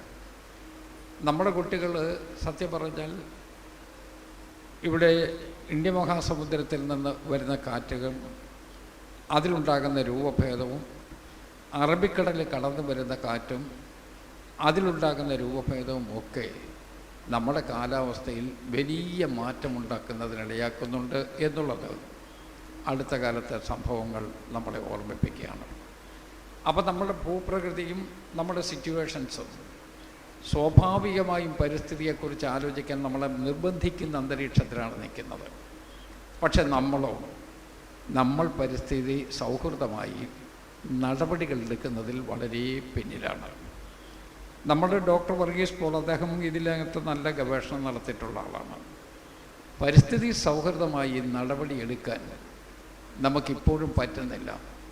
ബാഹ്യ സമ്മർദ്ദങ്ങൾക്ക് നമ്മൾ വിധേയപ്പെട്ട് ആ നടപടിയിൽ നിന്ന് ഒന്നുകിൽ അറച്ചു നിൽക്കുകയോ അല്ലെങ്കിൽ മുന്നോട്ട് പോകാതിരിക്കുകയോ, രണ്ടായാലും ഫലത്തിൽ അത് ജനസമൂഹത്തിനുണ്ടാകുന്നില്ല എന്നുള്ളതാണ് സത്യം. അതുകൊണ്ട് പരിസ്ഥിതി സൗഹൃദ സമൂഹം ഉണ്ടാകണം. അതിനാവശ്യമായ രൂപത്തിലേക്കുള്ള എക്യുപ്മെൻറ്റ്സ് ഉണ്ടാവണം. നമ്മുടെ സമൂഹത്തെ എക്യുപ്പ് ചെയ്യണം. ഇതിനുള്ള നടപടികളൊക്കെ നമ്മുടെ സമൂഹത്തിലുണ്ടായേ മതിയാകും. അതിന് ഏറ്റവും പറ്റിയ സമൂഹം നമ്മളുടെ ചെറുപ്പക്കാർ തന്നെയാണ്. കാരണം ഈ തലമുറയുടേതാണ് രാജ്യം, ഈ തലമുറയുടേതാണ് നമ്മളുടെ നാളത്തെ രാജ്യത്തിൻ്റെ രാജ്യവിചാരണവും. ഈ രണ്ട് കാര്യങ്ങൾ കൂടി സ്വാഭാവികമായും പുതിയ തലമുറയ്ക്ക് ഏറ്റവും കൂടുതൽ ഉത്കണ്ഠയുണ്ടാക്കുന്ന കാര്യമാണ് എന്ന് ഞാൻ കണക്കാക്കുകയാണ്. അടുത്ത കാലത്തുണ്ടായ ഓരോ സംഭവങ്ങളും ഞാൻ ആവർത്തിച്ച് പറയുന്നതേയില്ല, ഇവിടെ സംസാരിച്ചിട്ടുണ്ടാകും എന്നാണ് എൻ്റെ വിശ്വാസം. പരിസ്ഥിതി സംബന്ധിച്ച് നമ്മൾ ഏത് കാര്യത്തെക്കുറിച്ചും 10 വാചകങ്ങൾ പറയുമെങ്കിൽ അതിൽ കേരളത്തിൽ അടുത്ത കാലത്തായി ഉണ്ടായ സംഭവങ്ങൾ നിങ്ങൾ അക്കമിട്ട് ഓർമ്മിക്കും എന്ന് ഞാൻ കണക്കാക്കുകയാണ്. അപ്പോൾ നമുക്കതിനപ്പുറത്തേക്ക് കടക്കണം, അതിൽ പോകത്തക്ക വിധത്തിലുള്ള സാഹചര്യം ഉണ്ടാകണം. ലോക പരിസ്ഥിതി ദിനം സംബന്ധിച്ച് അത് ജൂൺ 5-ാം തീയതിയാണ്. അത് സംബന്ധിച്ച് നമ്മളൊരു ഫോർമലായ ചില ചിന്തകളൊക്കെ പലയിടത്തായിട്ടുണ്ടാകും. പരിസ്ഥിതിക്ക് വേണ്ടി ലോകമെമ്പാടും ഈ ചിന്തകൾ വെച്ചുകൊണ്ടിരിക്കുകയാണ്. ഗൾഫ് രാജ്യത്താണ് നമ്മളുടെ രാജ്യത്തലവന്മാരുടെ ഒരു യോഗം അവസാനമായി കൂടിയത്. അതിൽ മുമ്പ് മറ്റ് ചില യോഗങ്ങൾ കൂടിയിട്ടുണ്ട്. ഇന്ത്യയാണ് അതിന് ഇനിഷ്യേറ്റീവ് തുടക്കത്തിലെടുത്തത്. അവിടെ മുതൽ നമ്മൾ കുറേ മുന്നോട്ട് പോയിട്ടുണ്ട്. പക്ഷേ എന്നാലും സാഹചര്യത്തൊത്ത് നമ്മുടെ വെല്ലുവിളിക്കൊത്ത് നമ്മൾ അത് മുന്നോട്ട് പോയിട്ടുണ്ടോ എന്നുള്ളത് ഇപ്പോഴും ആശങ്കയായി നിൽക്കുകയാണ്. ഇന്ത്യയാണ് സത്യം പറഞ്ഞാൽ ലോകത്തിൻ്റെ മുമ്പിൽ വ്യത്യസ്തമായ ഭൂപ്രകൃതിയോടുകൂടി നിൽക്കുന്ന സ്ഥലം. അപ്പോൾ അതുകൊണ്ട് നമ്മുടെ തലമുറകളെ രക്ഷിക്കുന്നതിന് വേണ്ടിയുള്ള നടപടി ഉണ്ടാകണം. ഇവിടെ ഉണ്ടാകുന്ന പ്രധാനപ്പെട്ട പ്രശ്നം എന്താണ്? പരിസ്ഥിതി സൗഹൃദമായി വാദിക്കുന്നു എന്ന് പറയുന്നത് മറ്റ് ചില ആളുകളെ ഡിസ്പ്ലേസ് ചെയ്യാൻ വേണ്ടി ചെയ്തുകൊണ്ടിരിക്കുന്ന നടപടിയാണ് എന്ന് തെറ്റിദ്ധരിപ്പിക്കുന്ന കാര്യങ്ങൾ കൂടി നമ്മുടെ സമൂഹത്തിൽ നടക്കണം. ഞാൻ വിശദാംശങ്ങളിലേക്ക് പോകുന്നില്ല, അതൊന്നും ഉണ്ടാകരുത്. നല്ല ക്ലാരിറ്റിയോടുകൂടി പുതിയൊരു തലമുറ നമ്മളുടെ പ്ലസൻ്റ് ആൻഡ് ക്ലീൻ അങ്ങനൊരു ഭാരതം അവർക്ക് കിട്ടണം. അത് കിട്ടണമെങ്കിൽ അതിൻ്റെ ഏറ്റവും വലിയ ഉപകരണങ്ങൾ നമ്മുടെ ചെറുപ്പക്കാരാണ്. അതിനുവേണ്ടിയുള്ള ശ്രമത്തിൽ നിങ്ങൾ മുന്നോട്ട് പോകുമെന്ന് എനിക്കറിയാം. ഞാൻ പൗലോസ് അച്ഛനെക്കുറിച്ച് ഒരു വാക്ക് പറയാതെ എൻ്റെ സംസാരം അവസാനിപ്പിക്കുന്നത് ഒട്ടും ശരിയല്ല. പൗലോസ് അച്ഛൻ ഞങ്ങളെ സംബന്ധിച്ചിടത്തോളം ഞങ്ങളുടെ പ്രൊഫസറായിരുന്നു, ഞങ്ങളുടെ ഹെഡ് ഓഫ് ദി ഡിപ്പാർട്ട്മെൻ്റ് ആയിരുന്നു, അതേസമയം ഞങ്ങളുടെ കൂട്ടുകാരനുമായിരുന്നു. ഞങ്ങളുടെ ഏറ്റവും കൂടുതൽ ഹൃദ്യമായി പെരുമാറുകയും എല്ലാ കാര്യങ്ങളും ചേർത്ത് നിർത്തി കൊണ്ടുപോവുകയും ചെയ്തിട്ടുള്ള ഒരു മഹാനായ മനുഷ്യനായിട്ടാണ് ഞാൻ അദ്ദേഹത്തെ കണ്ടിട്ടുള്ളത്. അദ്ദേഹം ഒറ്റയ്ക്കല്ല, അദ്ദേഹത്തിന് ടീമുണ്ട്. ആ ടീമാണ് ഇവിടെ ഇരിക്കുന്നതിലെ ആളുകളൊക്കെ ഞാൻ ഓരോ പേരും പറയുന്നതില്ല. ടീം കെ വി പൗലോസ് എന്ന് പറഞ്ഞാൽ ഇവിടെ നമ്മുടെ ഇക്കണോമിക്സ് ഡിപ്പാർട്ട്മെൻറ്റിലുള്ള ആളുകൾക്കറിയാം ഇതാരൊക്കെ എന്ന് നിങ്ങളുടെ കൈവിരലിൽ നിങ്ങൾക്ക് എണ്ണി നോക്കാനുള്ളതേ ഉള്ളൂ. അങ്ങനെ ഒരു ടീം വർക്കോട് കൂടി മുന്നോട്ട് പോയി നമുക്ക് നല്ല രൂപത്തിൽ നമ്മുടെ കോളേജ് വളർന്നു. ഇനി നമുക്ക് സമൂഹത്തെ ബാധിക്കുന്ന പ്രശ്നങ്ങൾക്ക് പരിഹാരമുണ്ടാക്കണം. ആ ചർച്ചയുടെ ഒരു അന്തരീക്ഷത്തിലാണ് നിൽക്കുന്നത്. ഈ ചർച്ചയിൽ നിന്ന് വെള്ളപ്പുക ഉയരട്ടെ, സമൂഹത്തെ കൂടുതൽ ശുദ്ധീകരിക്കുന്നതിനുള്ള സാഹചര്യം ഉണ്ടാവട്ടെ എന്ന് പ്രാർത്ഥിച്ചുകൊണ്ട് ഞാൻ നിങ്ങൾക്കെല്ലാവർക്കും അഭിവാദ്യം നേരുകയും താമസിച്ചെത്തിയതിന് 2ാം തവണ ഒരിക്കൽ കൂടി മാപ്പ് പറയുകയും ചെയ്തുകൊണ്ട് ഞാൻ നിങ്ങൾക്കെല്ലാ വിധത്തിൽ സന്തോഷം പങ്കിട്ടുകൊണ്ട് എൻ്റെ വാക്ക് നിർത്തുന്നു. ഉദ്ഘാടനത്തോടെ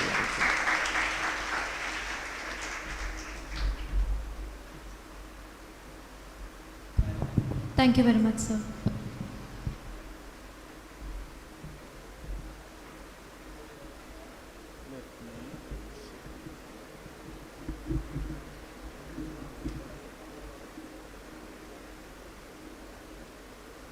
Okay.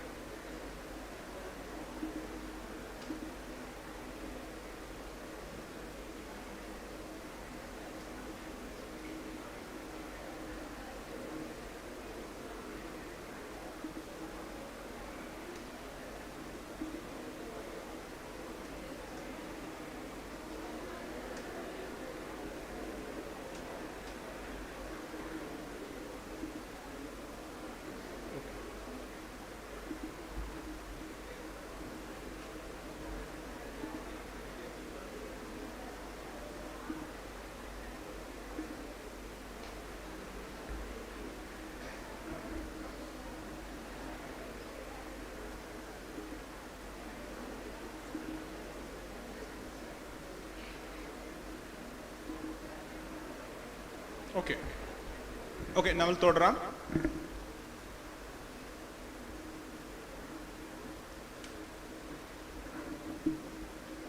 So now we are talking about Namalde economic growth, Sampatyavastha and Valarcha. How is that affected and is it affected? Okay. So Nyan Kurcha evidence or just some Telugu. Namal or Udarna or Namal Idende Kurcha Kurcha Telugu. This is an example of Saint Lucia. Saint Lucia is a small country in Caribbean, right? And what we find in this country is that you see their economic growth is very, very volatile, and their fiscal deficit, that is their budget deficit, is just going negative. Okay? Pinne avarde kadam koodikonu irikkunnu. Okay? So just 3 symptoms, one country. Same is about Kerala also, but I'll explain. Because in Kerala also, because of all the floods and all the problems we face, it's going to increase our budget. Chelavu koodikonu irikkum. Chelavu, where are we getting the money from? That has to be paid by us, right? So that is going to be a problem for us. So we increase our debt.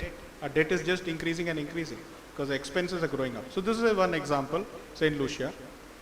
Now, one thing we notice in Saint Lucia is that the temperature of Saint Lucia since 1901, from 1900 to 2002, it is getting hotter and hotter and hotter. Okay, so the temperatures over time is showing it's much higher and it's going higher and higher. One. Second, each dot, I wish I could have given this also, but anyway, each dot you see there is one storm, right? So every one is a cyclone, you can say. One dot is a cyclone. You see, the last few years, the number of cyclones are increasing, right? So here.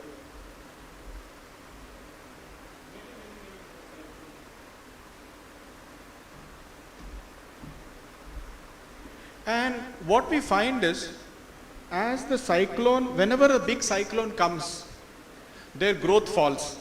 Our Sampatyavastha and Valarcha, it actually goes down, negative. So whenever there is a storm, you see negative growth. And now last few years, there are many storms, so the growth is going down and down and down and down. Right? So this is just one example. Every country is facing this problem.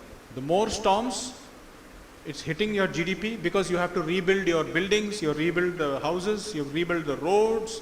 All of these are going to affect your economy. Right? So this is a serious issue, and the biggest question is, how will we pay for it? Who will pay for it? How will we pay for it? It's going to be the big challenge. Okay. Now, one thing we can, one important lesson we learn is that generally what happens is if there's an issue, there's a market. We all know economics, we're all economic students. Market forces will take care of the problem, right? But unfortunately, in this case, market forces won't take care of the problem. Generally what happens is, if something is scarce, the price will go up. Then we'll reduce the consumption of that item, right? That's how markets work. Something is cheap, you buy more of it. But climate change is one thing where there is no market adjustment. It requires out of market, decisions. Now I'll explain why that's the case, right? Now, one example is, let me show you this thing called public goods is an example where market forces will not work. You must have learned in economics, what is a public good? A public good is something that is shared by people, right? One river is shared by people. Namalde, our environment, Minister has, MLA sir has just said, our environment, it's all shared by people, right? If I do something, if I pollute the environment, now this is gone.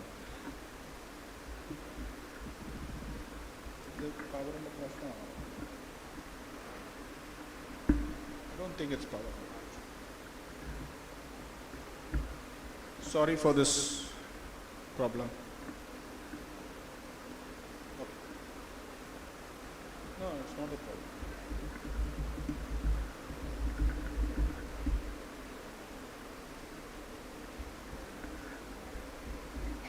HDMI? No, that's okay. That's fine. HDMI. HDMI display. Adinde display.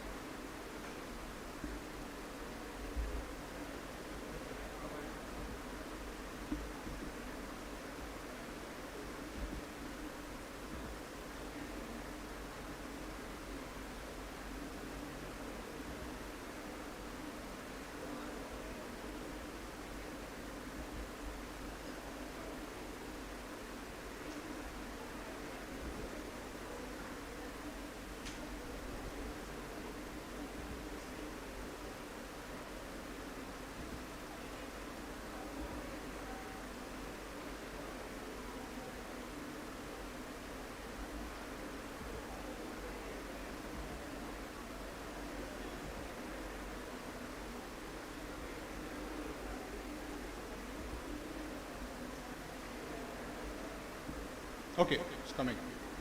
Fine.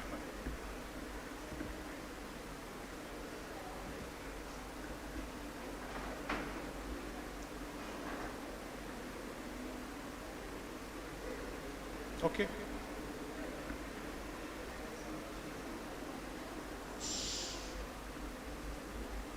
Okay.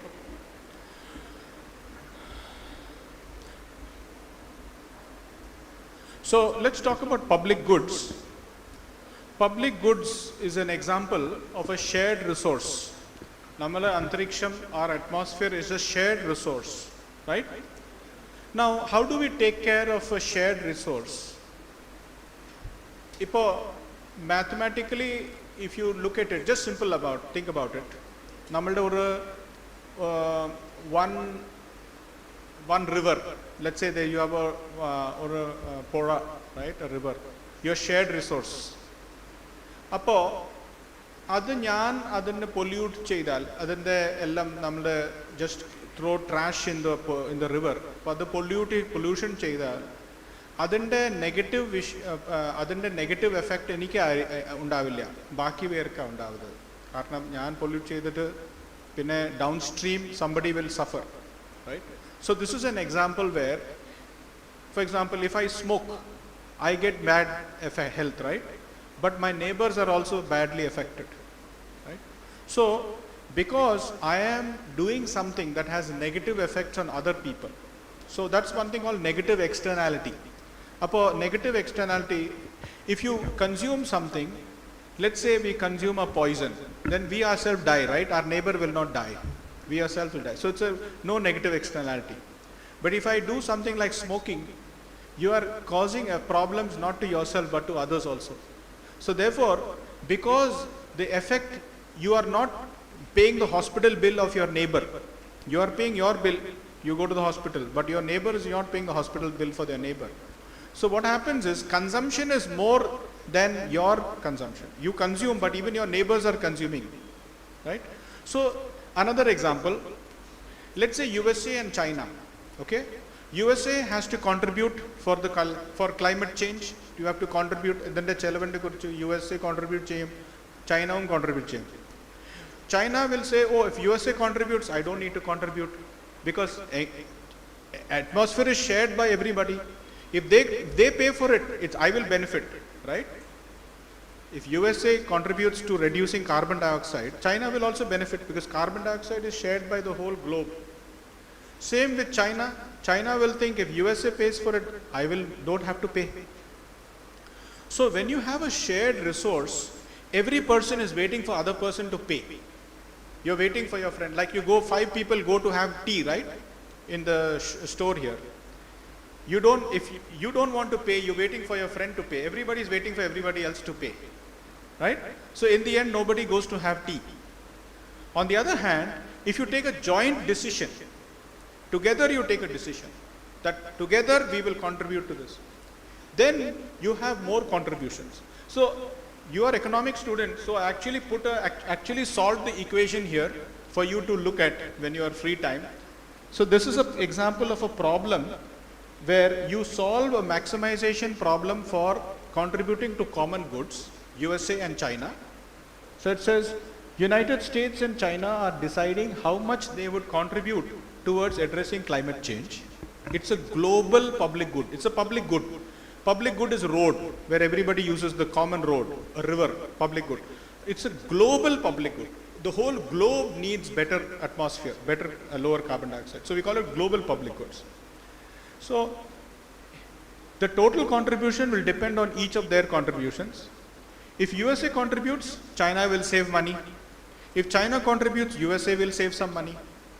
So you have to decide what is the optimal best way in which they can contribute so that the contribution is higher.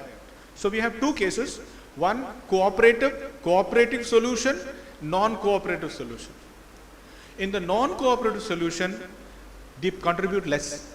Cooperative solution, they contribute more. So it's what we call it's a classic public goods problem, where we actually can solve mathematically and find out how much you can contribute to a public goods when there are two parties who are waiting for each other to contribute. They will benefit from the other person's contribution. If they take independent decisions, the contribution will be less. If they take joint decisions, the contribution will be more. What is the lesson we learn? That each country on their own will not be able to deal with the problem. It has to be dealt globally. Everybody should sit together and decide how much to contribute together. Because otherwise everybody will be waiting for their friend to pay. And everybody will end up paying less or not paying. So that is the serious thing. It's a global issue. Everybody has to sit together and work out their contribution to this. Okay. So, of course, we need to find the sources. What are the contributors to the climate change? In our case, we said transportation and food, very little, but that's our contribution. In America, it will be heating of the homes. So previously, homes are heated by gas. Now people are moving to electric heating because they have solar. Solar is getting the electricity. They're heating the house using solar. So there's using electricity to heat the house instead of using gas, because gas will contribute to carbon emissions. Then thermal power plants. They are shutting down the thermal power plants, shutting down coal plants, replacing it with solar, wind. So we have to move. So there are so many things that needs to be happening. We need to work on that. Then governments, like Shaju sir had said, when you are giving some cash to people for growing forests, you grow more trees, you get some cash. So government needs to incentivize people to get into those, create those new behavioral changes. So example, if you put a solar on your roof, it will cost you 10,000, maybe it will cost you 1 lakh. The government will give you subsidy. Okay, 20,000 less. So then more people will be encouraged to use solar. So these kind of incentives are needed. For that, it's going to be expensive. We're going to have to pay for it. So you have to deal with it, right? Now, one more thing. We have two ways to look at climate change. We call it mitigation and adaptation, right? Mitigation is, we have to reduce the problem. That is, we have to reduce our carbon consumption, we have to reduce our carbon footprint. That is mitigation. Adaptation is, it's already happening. So we need to deal with that kind of problem. You remember that? That is in Chellannam. We need to build sea walls because climate change is already happening. One more thing, our doctor sir was here. Diseases will also increase because of for example, previously in Italy, there was no malaria. Now there's malaria in Italy. You know why? The temperature has gone up in Italy. So now mosquitoes can live in Italy. Before they couldn't live in Italy. So now Italy has malaria. Italy never had malaria. So we have new kind of diseases that will come up because of climate change. So we have to spend for that. We have to train people. We have to deal with that. So if there's going to be more flooding, we need to make those sea walls to protect from the flooding. So that is a separate thing called adaptation. That is, adapting is, it's already happening. We have to prepare for it. We need to adapt to it. So again, all these things cost money. Now, there are some instruments that we can use, and one instrument I would say we use what we call carbon taxes. So what is a carbon tax? A carbon tax is a tax or a nigudi on mainly items that are causing carbon dioxide, right? So it could be fuel taxes, okay? Anything that is generating carbon or carbon dioxide or global warming gases. Now, we always talk about carbon dioxide, but methane is also a very, very highly global warming causing gas, methane. Methane is even more than carbon dioxide. Methane is released from oil wells. When you have oil extraction, methane is released. And when if you don't capture the methane, it goes into the atmosphere and again blocks the sunlight. So methane is another gas that we have to care about. So we need, when we impose a tax, then we ask the person who uses that item to bear the cost of it. If I'm using fuel and I will impose a tax on it, it's going to make it more expensive for me to use that fuel. Right? It's adante chelavu koodum. Like if I use petroleum, let's say tomorrow you have two options. You do gas heater or electric heater. Gas heater in the vela koodiko, it goes up, then you will have to move to electric heater, right? So you create the price structures. So you impose taxes, we call carbon taxes. Then we have what we call emission trading systems.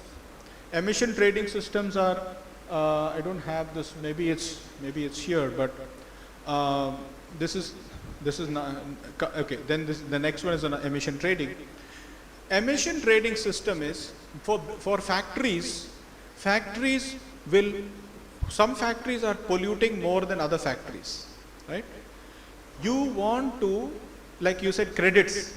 Factories that are doing, let's say the government decides level of pollution except level of carbon dioxide emitted is 100. One company is 120 and one company is 100. Let's say the company that was 100 became 80. Then they have extra 20 because they are below the level. That 20 they can sell to the company that has 120, so that the 120 will become 100. So it is a mechanism, it's a market mechanism. A company that is generating clean, better technology will get money, credits, that they can sell to a polluting industry. So through the market mechanism, you incentivize, you have a level, some are above the level, you don't close the factory. You don't want to close the factory because if you close the factory, people will lose jobs. You keep the factory open, but businesses that are doing better will pay for this company. So they will not lose job, but they will be more expensive to run. If you are doing a polluting company, you are going to spend more money. So we call this emission trading system, where companies that are doing better will trade with companies that are doing worse, and eventually you can bring down the level. So it's a technology. Now the problem we have is this. If you impose taxes on fuel, already the prices are high and people are now protesting. Right? In France, there was a very famous protest called Gilets jaunes. People were wearing this yellow vest. The yellow vest, it's called gilet and jaune is yellow. So they all wear yellow vest. It was a protest all around the country. They were wearing the vest. Why? Because they increased the fuel price by very small amount, just a small amount. But people were upset because you're giving additional tax. They said, no, already prices are too high, you're imposing more tax on that. So it is going to be a concern that who's going to pay for this, right? So another thing we face is, it's a very interesting thing, it's called border taxation. Let's say USA, like remember we talked about public goods, like global public goods. USA is waiting for China to do something, China is waiting for USA to do something, right? Let's say USA said, I don't care about China, I will fix my economy, I will make my carbon footprint low. let's say. But China does not do it. What does it mean? Chinese goods will be cheaper. വില കുറവായിരിക്കും കാരണം അവർക്ക് ഇതെല്ലാം regulation ഒന്നും വേണ്ട. They are all polluting technology. Their item will be cheaper. If their item are cheaper, they will sell into your country cheaper. So they will take your market. You agree? So a country that is low regulation will be more competitive than a country with higher regulation. So let's say you have very strong regulations here, but Tamil Nadu does not have strong regulations. Then it's cheaper to manufacture in Tamil Nadu and sell here, correct? You agree? So then what you need to, then what they do is, so you impose a tax. If a country is not observing certain standard of regulation and that country is exporting goods to you, you impose a tax on the border to raise the price equal to the price of your goods so that they are not unduly benefiting from polluting technologies, from carbon climate technologies. You understand? So if you are a country, even India is being, we are also going to pay tax now because European Union is saying, oh India, you are not imposing certain standards for climate change generating gases. So if you export to EU, we will impose a tax on your goods to make the price equal to the tax in EU. So this is another mechanism they are using to make us bring up to our level to their standard, right? So this is what we call border tax adjustment method. So that is one thing we have to be aware, it will affect us also. Now, at this point, I want to, this is the last thing is about the funding, right? Now, we need to, there is a global agreement, and there is a global fund, climate fund, that World Bank and EU, UN are all contributing to, that will be used by the developing countries. For example, you see Maldives, many islands are already going below the water, sea level. So they have to, who's going to pay for it? They don't have money. Where will they go? So this global fund is extremely important. But believe me, it's going to be very hard negotiating how much to pay. But as of now, there's not enough money in the fund. We need much, much more. But there is a global fund, and developing countries that do not have much money will be getting some support through this global fund. So that is the mechanism we are using right now, right? I want to stop here, and I hope I have convinced you on one thing. First, climate change is real. Do you agree? Okay. You agree climate change is real, that's good. Do you agree that what climate change is some of the extreme temperatures, rising sea levels is caused by climate change? Do you agree or no? You agree? At least climate change has a contributory factor that we have very heavy storms, drought, rising sea levels, bigger floods. All this is contributed by climate change. You agree on that, right? Then once you are convinced on these two things, you agree that climate change affects our economy negatively. You agree? Nammade sampathi vyavastha and it will definitely impact our economy, right? So it's going to negatively affect our economy. We see in Kerala itself, our expenses are increasing because it's floods, landslides, everything is expensive. It's going to increase our deficit, our budget, our debt is all going to affect by that. Okay? What can we do about it? Can we ourselves do something about it and solve the problem? No. Unfortunately, this is not in Namalde Niyandrathila, it's not in our control. Unfortunately, we can do all the good things, but if our neighbor is sending carbon dioxide, we can't do anything. So it is a global issue, and we can do our part, but largely it has an effect. Global coordination is needed. And is it easy to get global coordination?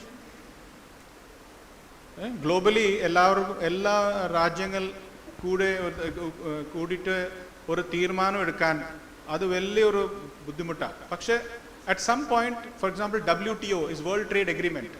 World Trade Agreement is the global law. It regulates trade for the whole world. So we have done it before, okay? That we have international agreements that impose certain standards on trade. So we should have some kind of global agreement that we impose standard on climate change causing gases, GHG gases. So we need a global agreement and global funding. We know who caused most of the climate change. We know who has to pay for it. And we need to make sure they pay for it. Now, it's hard to make them pay, but we have to find a way to pay for it. At the same time, we have to improve our standards, our regulatory capacity to improve to a point where we are also contributing, we are also doing our fair share for this. Okay? And I kept the presentation relatively simple, easy, but if you like more technical calculations, I can help you. And if you can contact Shaju sir, you can give connection to me. So if you're interested in the subject, I'm happy to send you more material. So with that, I am very grateful for giving the opportunity to talk to you. And I'm so sorry, I wish I could have said it in very fluent Malayalam, but it will take time. But അടുത്ത തവണ ഞാൻ ശ്രമിക്കാം മുഴുവൻ presentation മലയാളത്തിൽ പറയാൻ. Okay? Thank you very much.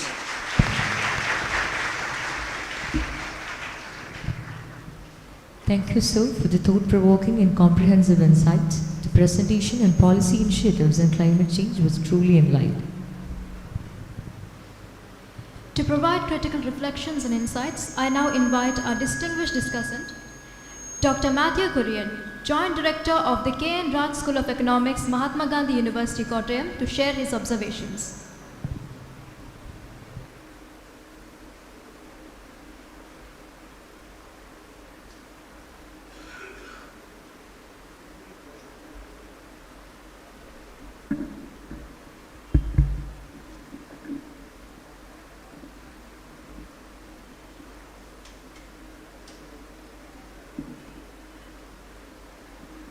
എത്രയും ബഹുമാന്യനായ professor Sebastian James, Shaju സാറെ, മറ്റെല്ലാ പ്രിയപ്പെട്ടവരുമേ, സമയം വളരെ അതിക്രമിച്ചിരിക്കുന്നതുകൊണ്ട് ഞാൻ ഒരു 10 മിനിറ്റിൻ്റെ ഉള്ളിൽ എൻ്റെ ചടങ്ങ് നിർവഹിച്ചോളാം. ഏറ്റവും പ്രധാനമായിട്ട് പറയാനായിട്ടുള്ള ഒരു കാര്യം, പ്രൊഫസർ സെബാസ്റ്റ്യൻ വളരെ മനോഹരമായിട്ട് ഈ വിഷയം അവതരിപ്പിച്ചിട്ടുണ്ട്. അതുകൊണ്ട് അതിൽ എന്തെങ്കിലും ഒരു വാഗ്വാദത്തിനുള്ള ഒന്നും അദ്ദേഹം നമുക്ക് നൽകിയിട്ടില്ല. പൂർണ്ണമായിട്ടും വ്യക്തിപരമായിട്ട് ഞാൻ 100% അദ്ദേഹത്തോട് യോജിക്കുകയാണ് ചെയ്യുന്നത്. അതുകൊണ്ട് അങ്ങനെയുള്ള ഒരു ഡിബേറ്റിൻ്റെ ഒരു പ്രസക്തി ഇവിടില്ല. ഞങ്ങൾക്കെല്ലാവർക്കും വളരെ പ്രയോജനകരമായിരുന്നു എന്നുള്ള ഒരു സാക്ഷ്യം പറയാൻ ഞാൻ ആദ്യമായിട്ട് ആഗ്രഹിക്കുന്നു. അദ്ദേഹം പറഞ്ഞ കാര്യങ്ങളെ ഒന്ന് അടിവരയിടാൻ മാത്രം 1-2 കാര്യങ്ങൾ പറയാൻ ഞാൻ ആഗ്രഹിക്കുകയാണ്. ഒന്നാമത് ഈ ഭൂമിയെക്കുറിച്ച് തന്നെയാണ്. കെ.ഇ. ബോൾഡിങ്ങും ബാർബറ അവാർഡും ഒക്കെ ഉപയോഗിച്ച ഒരു മെറ്റഫർ, സ്പേസ് ഷിപ്പ് എർത്ത്. അപ്പോൾ അത് ഈ പ്രപഞ്ചത്തിൽ എത്രമാത്രം ഗോളങ്ങളും സൗരയുധങ്ങളും ഒക്കെ ഉണ്ടെങ്കിലും പ്രൊഫസർ സെബാസ്റ്റ്യൻ ഇപ്പോൾ നമുക്ക് അവതരിപ്പിച്ചു തന്നിട്ടുള്ള രീതിയിൽ ഒരു ഭൂമി മാത്രമേ നമുക്ക് അറിവിലുള്ളൂ. ആ ഭൂമിയുടെ പ്രത്യേകത എന്താണെന്ന് ചോദിച്ചാൽ ഇവിടെ ജീവനുണ്ട് എന്നുള്ളതാണ്. ആ ജീവൻ നിലനിർത്തേണ്ടതും ഈ ഭൂമിയിലുള്ള നമ്മളുടെ ആവശ്യമാണ്. അതാണ് നമുക്ക് ഏറ്റവും വലിയ നമ്മുടെ കൺസേൺ അതാണ്. അപ്പോൾ അവിടെ എനിക്ക് സാറിനോട് കൂടിച്ചേർന്ന് പറയാനായിട്ടുള്ളത്, ഇത് ദൈവം സൃഷ്ടിച്ചതാണെങ്കിലും പ്രകൃതി ബൈ നേച്ചർ ഉണ്ടായതാണെങ്കിലും ഇത് സസ്റ്റൈനബിൾ ആകേണ്ടതായിട്ടുള്ള ഒരു ഓർഡർ ഇതിൻ്റെ ആ ബിൽറ്റിംഗ് അപ്പിൽ ഇന്നേറ്റ് ആയിട്ട് ഉണ്ട് എന്നുള്ളതാണ്. ഇപ്പോൾ ഉദാഹരണമായിട്ട് നമ്മൾ എടുക്കുകയാണെന്നുണ്ടെങ്കിൽ നമുക്ക് ജീവന ഏറ്റവും ആധാരമായിട്ടുള്ളത് എനർജി. അതായത് കുറച്ച് നമ്മൾ ഒത്തിരി പറഞ്ഞു എനർജി വേണം. പക്ഷേ സൂര്യനിൽ നിന്ന് നേരെ എനർജി നമുക്ക് കിട്ടിയാൽ നമ്മൾ ഭസ്മമായി പോകും. അതുകൊണ്ട് ഇത് ബിൽറ്റ് ചെയ്തപ്പോൾ ഓസോൺ നമ്മളെ സംരക്ഷിക്കാനായിട്ടൊരു ഓസോൺ ഈ ഭൂമിക്ക് ചുറ്റും ഇങ്ങനെ ആവരണം ഉണ്ടാക്കി. അതുപോലെ തന്നെ നമുക്ക് ജീവൻ നിലനിർത്തണമെന്നുണ്ടെങ്കിൽ ഓക്സിജൻ വേണം. അപ്പം നമ്മൾ ഓക്സിജൻ ശ്വസിക്കുമ്പോൾ കാർബൺ ഡയോക്സൈഡ് ഉണ്ടാവും. അതിനാണ് പ്ലാന്റ്സ്. അവർ ശ്വസിക്കുമ്പോൾ നമുക്ക് ഓക്സിജൻ തിരിച്ചു തരും. Again A natural order, natural mechanism. നമുക്ക് വെള്ളം വേണം. അപ്പോൾ വെള്ളം വേണമെന്നുണ്ടെങ്കിൽ അതിന് മഴ ആവശ്യമാണ്. അപ്പോൾ നമുക്ക് നോക്കിയേ, സമുദ്രത്തിലെ ജലം നീരാവിയായിട്ട് ഉയർന്ന സ്ഥലങ്ങളിലേക്ക് പറന്നു പോയിട്ട് അത് തടഞ്ഞു നിർത്തിയിട്ട് നമുക്ക് വെള്ളം തരും. ഇതൊരു സർക്കിളാണ്. നമുക്ക് ഭക്ഷണം വേണം. നോക്കിക്കേ, എന്തെല്ലാം സ്പീഷീസ് ഇവിടെയുണ്ട് അല്ലേ? വെജിറ്റേറിയൻ ആയിട്ടുണ്ട്, നോൺ വെജിറ്റേറിയൻ ആയിട്ടുണ്ട്. അപ്പോൾ ഇതൊരു പ്രകൃതിയുടെ സന്തുലനാവസ്ഥയാണ്, ഒരു ഓർഡറാണ്. അത് ഇതിൻ്റെ വെരി ബിൽറ്റിംഗ് അപ്പിൽ ഉണ്ടാക്കിയിട്ടുള്ളൊരു കാര്യമാണ്. പക്ഷേ സാർ ഇവിടെ സവിസ്തരം നമ്മളെ ഇലസ്ട്രേറ്റ് ചെയ്ത് കാണിച്ചതുപോലെ ആ ഓർഡറിനെ എല്ലാം നമ്മളിപ്പോൾ ഡിസോർഡർ ആക്കിക്കൊണ്ടിരിക്കുകയാണ്. അപ്പോൾ അതിൻ്റെ ഇല്ലസ്ട്രേഷൻസ് നമുക്കിപ്പം കേരളത്തിൽ നമ്മൾ അനുഭവിച്ചു കഴിഞ്ഞു അല്ലേ? നമ്മുടെ ചൂരൽ മലയിലും മുണ്ടക്കൈയിലും ഒക്കെ എത്രയോ നമ്മുടെ സഹോദരങ്ങൾ അവരുടെ ജീവൻ ബലിയർപ്പിക്കേണ്ടതാണ്. ഇന്നത്തെ പത്രത്തിൽ ഞാൻ വായിച്ച ഒരു കാര്യം,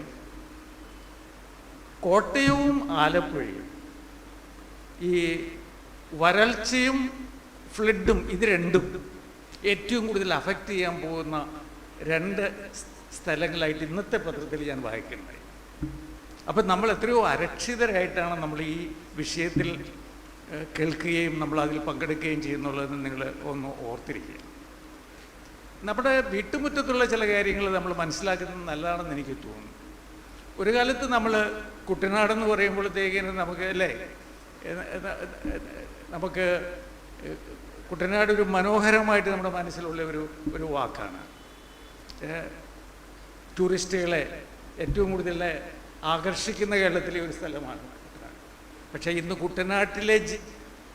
കുട്ടനാട്ടിൽ താമസിക്കുന്ന ആളുകൾ എന്താണ് ചെയ്യുന്നത്? കുട്ടനാട്ടിന് വെളിയിലേക്ക് താമസം മാറ്റുകയാണ്. A new type of migration. ഇവിടെ ഈ അപ്പർ കുട്ടനാടിന് മുകളിലോട്ട് അറ്റ്ലീസ്റ്റ് ഒരു 10 സെൻറ്റ് സ്ഥലമെങ്കിലും വാങ്ങിച്ചിട്ട് അവിടെ വീട് വെക്കാനായിട്ട് നല്ലൊരു പങ്ക് ആളുകൾ കുട്ടനാട്ടുകാർ വന്ന് വീട് വെക്കുക. എൻ്റെ പ്രദേശത്തൊക്കെ എനിക്കറിയാം. അതെന്തുകൊണ്ടാണെന്ന് ചോദിച്ചാൽ കുട്ടനാട്ടിൽ ഒരുപക്ഷെ എത്ര വെള്ളപ്പൊക്കത്തെയാണ് അവരെ അഭിമുഖീകരിക്കേണ്ടതായിട്ട് വരുന്നത്.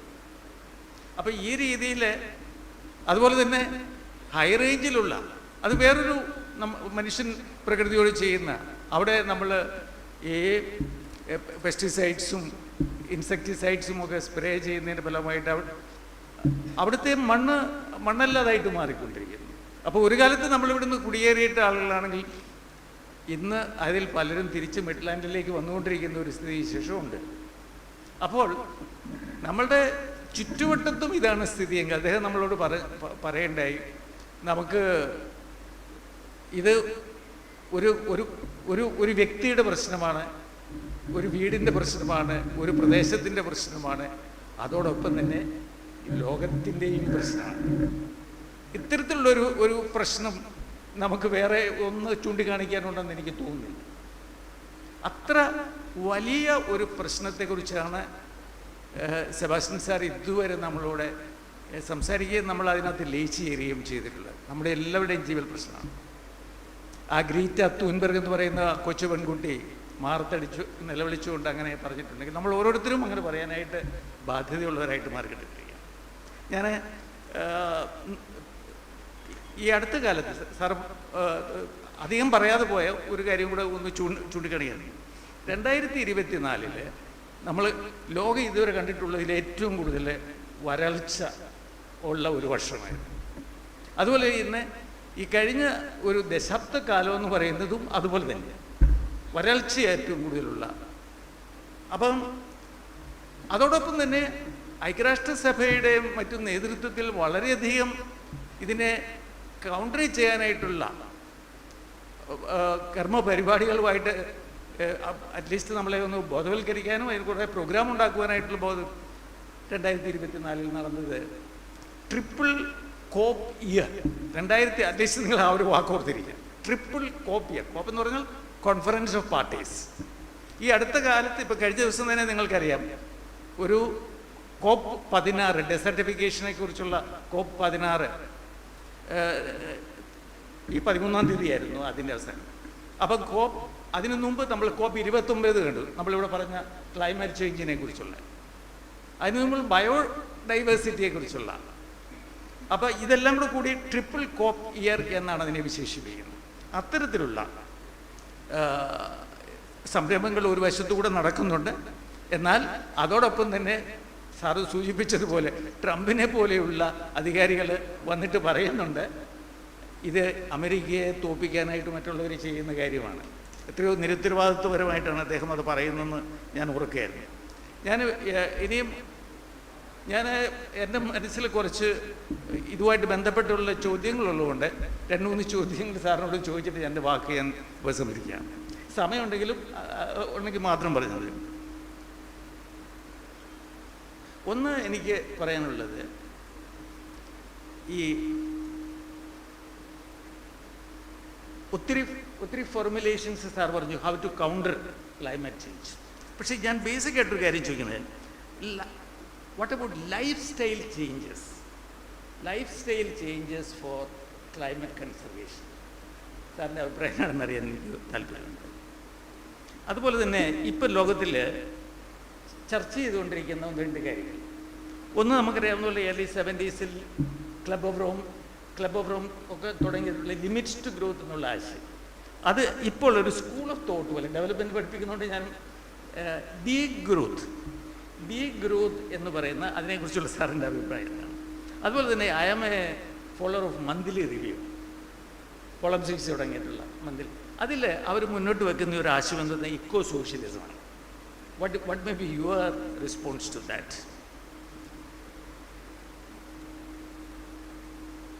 രണ്ട് കാര്യം കൂടെ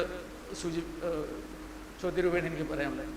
ഇപ്പം നമ്മൾ ടെക്നോളജിയിലൊരു ഭയങ്കര കുതിച്ചയായിട്ട് വന്നിട്ട് ChatGPT വരെ വന്ന് നിൽക്കുന്നില്ല. ഈ ടെക്നോളജി എങ്ങനെയാണ് ഈ ക്ലൈമറ്റ് ചേഞ്ചിനെ? അവസാനമായിട്ട് എനിക്ക് ചോദ്യമുള്ളത്, ഈ അടുത്ത കാലത്ത് ecologists are criticizing economists very much. അപ്പോൾ അവർ പറയുന്നത് നിങ്ങളുടെ ഇക്കണോമിക് സയൻസാണ് ഇതിൻ്റെ villain. So how we have to respond to them? So these are some of my queries which I do have. Thank you very much again for. എല്ലാവർക്കും നന്ദി പറഞ്ഞുകൊണ്ട് എൻ്റെ വാക്ക്.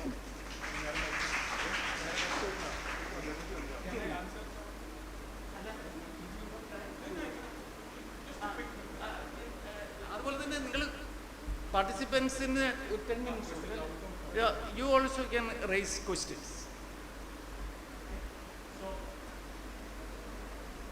Anybody has questions, please?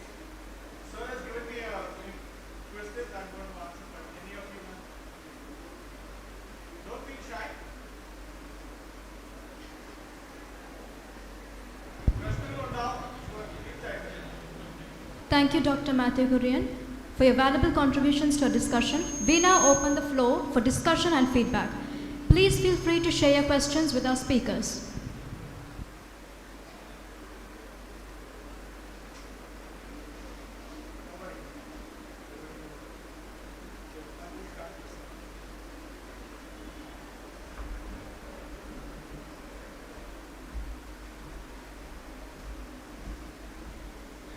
Actually, Sir has said a very important point about economists and ecologists.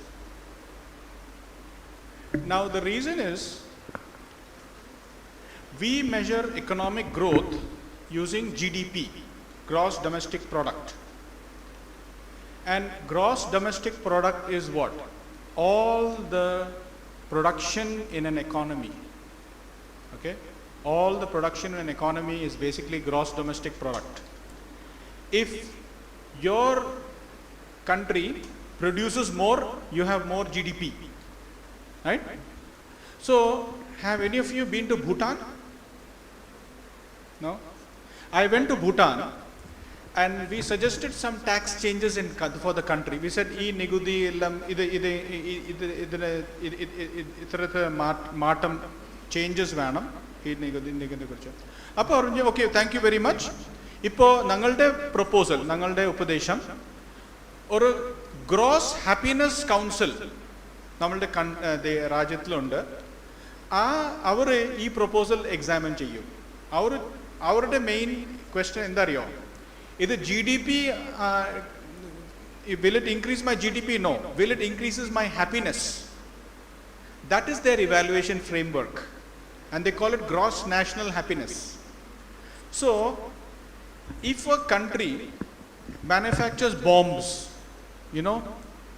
explosives, bombs, missiles, GDP will go up. But do you want that kind of GDP? So the problem with our measurement is that we are only measuring production and we are not measuring what we produce. So by changing our measure of GDP itself, it will incentivize people from, because what is the goal of the government? Increase growth, increase GDP, right? What does increase GDP mean? Use as much energy, manufacture as many cars, make as many, all the things, all the production. But the production can have negative consequences on earth, on our environment, on the earth, right? So we don't take the negative consequences into the GDP calculation. So there is a big debate about in the World Bank, IMF, all these places, how to correctly, properly measure GDP to take into account the negative effects of growth. Because growth is not only positive, growth can be negative, growth can hurt the environment. So you need to address that issue, and there is not, till now we haven't had a solution to that, but that is a big point to that. So this whole thing about degrowth, like growing is not the only solution. We need to grow better. We need to be able to, what is the point of having a lot of money but not being happy? Like you take an example, many states in many places in North India, they are completely polluted. അവിടെ ശ്വാസം മുട്ടാൻ വളരെ ബുദ്ധിമുട്ടാണ് അവിടെ ഇപ്പോൾ ഈ കുറേ സമയത്തിൽ. അപ്പോൾ അവിടെ ജീവിക്കാൻ, what is the benefit of living there? You tell me, if you are only having pollution. You may be very rich, but if you are having polluted environment, it's not worth it. But their GDP is more than your GDP because they are creating more, producing more than you. So we need to change. So that is something we haven't had a solution to it. And you're right, lifestyle changes are needed. Each one of us can do what we can do. We have to be aware, switching off lights when we are not using it, leaving the fan on when we are not using it. All these have negative effects. Even if somebody is paying for it, it will affect eventually the society. So we do care about using public transport. Now, people think I'm in USA. അവർ വിചാരിക്കുന്നു ഞാൻ ഇവിടെ വന്നിട്ട് എനിക്ക് വലിയൊരു കാറുണ്ട്. I don't have a car. I take bus. I take public transport. I take auto. So that is my contribution. I'm not saying I'm doing a great thing because I am going in the plane. That is contributing to pollution. That's another story. But changing lifestyle, because you buy a car, the car is in the house for 23 hours of the day. 1 or 2 hours you use it. But creating the car creates so much resources from the earth. You take iron, you take all the metals, everything to make the car. So using public transport is something. Now people wonder, if you have a lot of money, why are you going in the bus? But in the US, everybody uses public transport. Most people, ഞാൻ US-ൽ ജോലി ചെയ്യുമ്പോൾ എല്ലാവരും മെട്രോയിലാണ് പോകുന്നത്.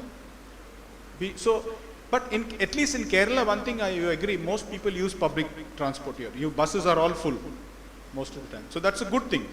But those are the lifestyle changes to use public transport as much as possible to reduce the carbon footprint. These are definitely things we can do. And so I'll stop there. Thank you very much. No other questions, right? Okay, thank you very much.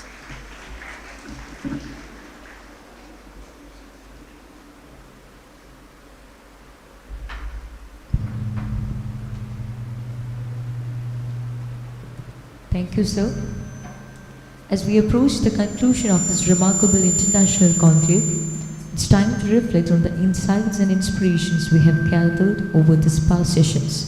With great respect and anticipation, I now invite Ms. Preeti Sarah Philip, Assistant Professor, KG College, Pambadi, to deliver the concluding remarks for this conclave.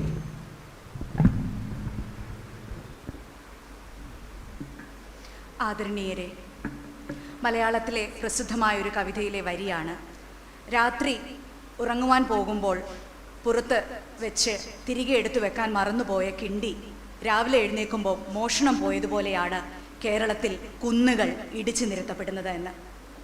കേരളത്തിൻ്റെ ആധുനിക കാല ജീവിതത്തിൽ ഭാഗമായ നമുക്കെല്ലാവർക്കും കവി ഉപയോഗിച്ച ആ ഉപമ വളരെ വ്യക്തമാണ്. നമ്മുടെ മുമ്പിൽ കുന്നുകളെല്ലാം നിവരുകയാണ്, എല്ലാ കുഴികളും നിവരുകയാണ്. വളരെ പ്രസക്തമായ ഒരു വിഷയത്തെ അധികരിച്ച് ഒരു സ്കോളർലി ആയ ഒരു സെഷനാണ് ഇവിടെ ക്രമീകരിക്കപ്പെട്ടത്. ഏറെ സന്തോഷം തോന്നിയത് വിദേശ സർവകലാശാലയിൽ അധ്യാപകനായി പ്രൊഫസറായി സേവനമനുഷ്ഠിക്കുന്ന നമ്മുടെ മുഖ്യ പ്രഭാഷകൻ മാതൃഭാഷയിൽ തന്നെ നമ്മുടെ കുട്ടികളോട് സംവദിക്കുവാൻ വളരെയധികം പ്രയത്നിച്ചു എന്നത് എൻ്റെ ഹൃദയത്തെ തൊട്ട ഒരു സന്ദർഭമാണ്. ഗ്രാമീണ അന്തരീക്ഷത്തിൽ നിന്ന് വരുന്ന ഒരു കോളേജിലെ അധ്യാപികയായതുകൊണ്ട് എൻ്റെ കുട്ടികൾക്ക് 60 മിനിറ്റ് നേരമൊന്നും ഇംഗ്ലീഷ് ലെക്ചറുകളെ പിന്തുടരാൻ അവരുടെ ശ്രദ്ധ അതിന് കൊടുക്കുവാൻ പലപ്പോഴും സാധിക്കാറില്ല. അവരെ അതിൽ നിന്ന് ലെക്ചറിൽ നിന്ന് മനസ്സ് മാറ്റാതെ തൻ്റെ കൗതുകകരമായ മലയാള ഭാഷണം കൊണ്ട് മലയാളത്തിൽ തന്നെ കുട്ടികളോട് സംവദിക്കും എന്ന് ലളിതമായി സംവദിക്കുമെന്ന് ലളിതമായി പറയുക എന്ന് പറയുന്നത് വളരെ പ്രയത്നം ആവശ്യമുള്ളൊരു കാര്യമാണ്. ഏത് കാര്യത്തെയും വളരെ ഗംഭീരമാക്കുവാനും വളരെ കോംപ്ലിക്കേറ്റഡ് ആക്കി സങ്കീർണമാക്കി അവതരിപ്പിക്കുവാനും നമുക്ക് സാധിക്കും. കാണികളും ശ്രോതാക്കളും നമ്മളോടൊപ്പം ഉണ്ടായിരിക്കില്ല എന്നുള്ളതേ പ്രശ്നമുള്ളൂ. പക്ഷേ വളരെ ലളിതമായി സദസ്സറിഞ്ഞ് സംസാരിച്ച നമ്മുടെ മുഖ്യ പ്രഭാഷകന് ഹൃദയം തുറന്ന് നന്ദി അറിയിക്കുകയാണ്.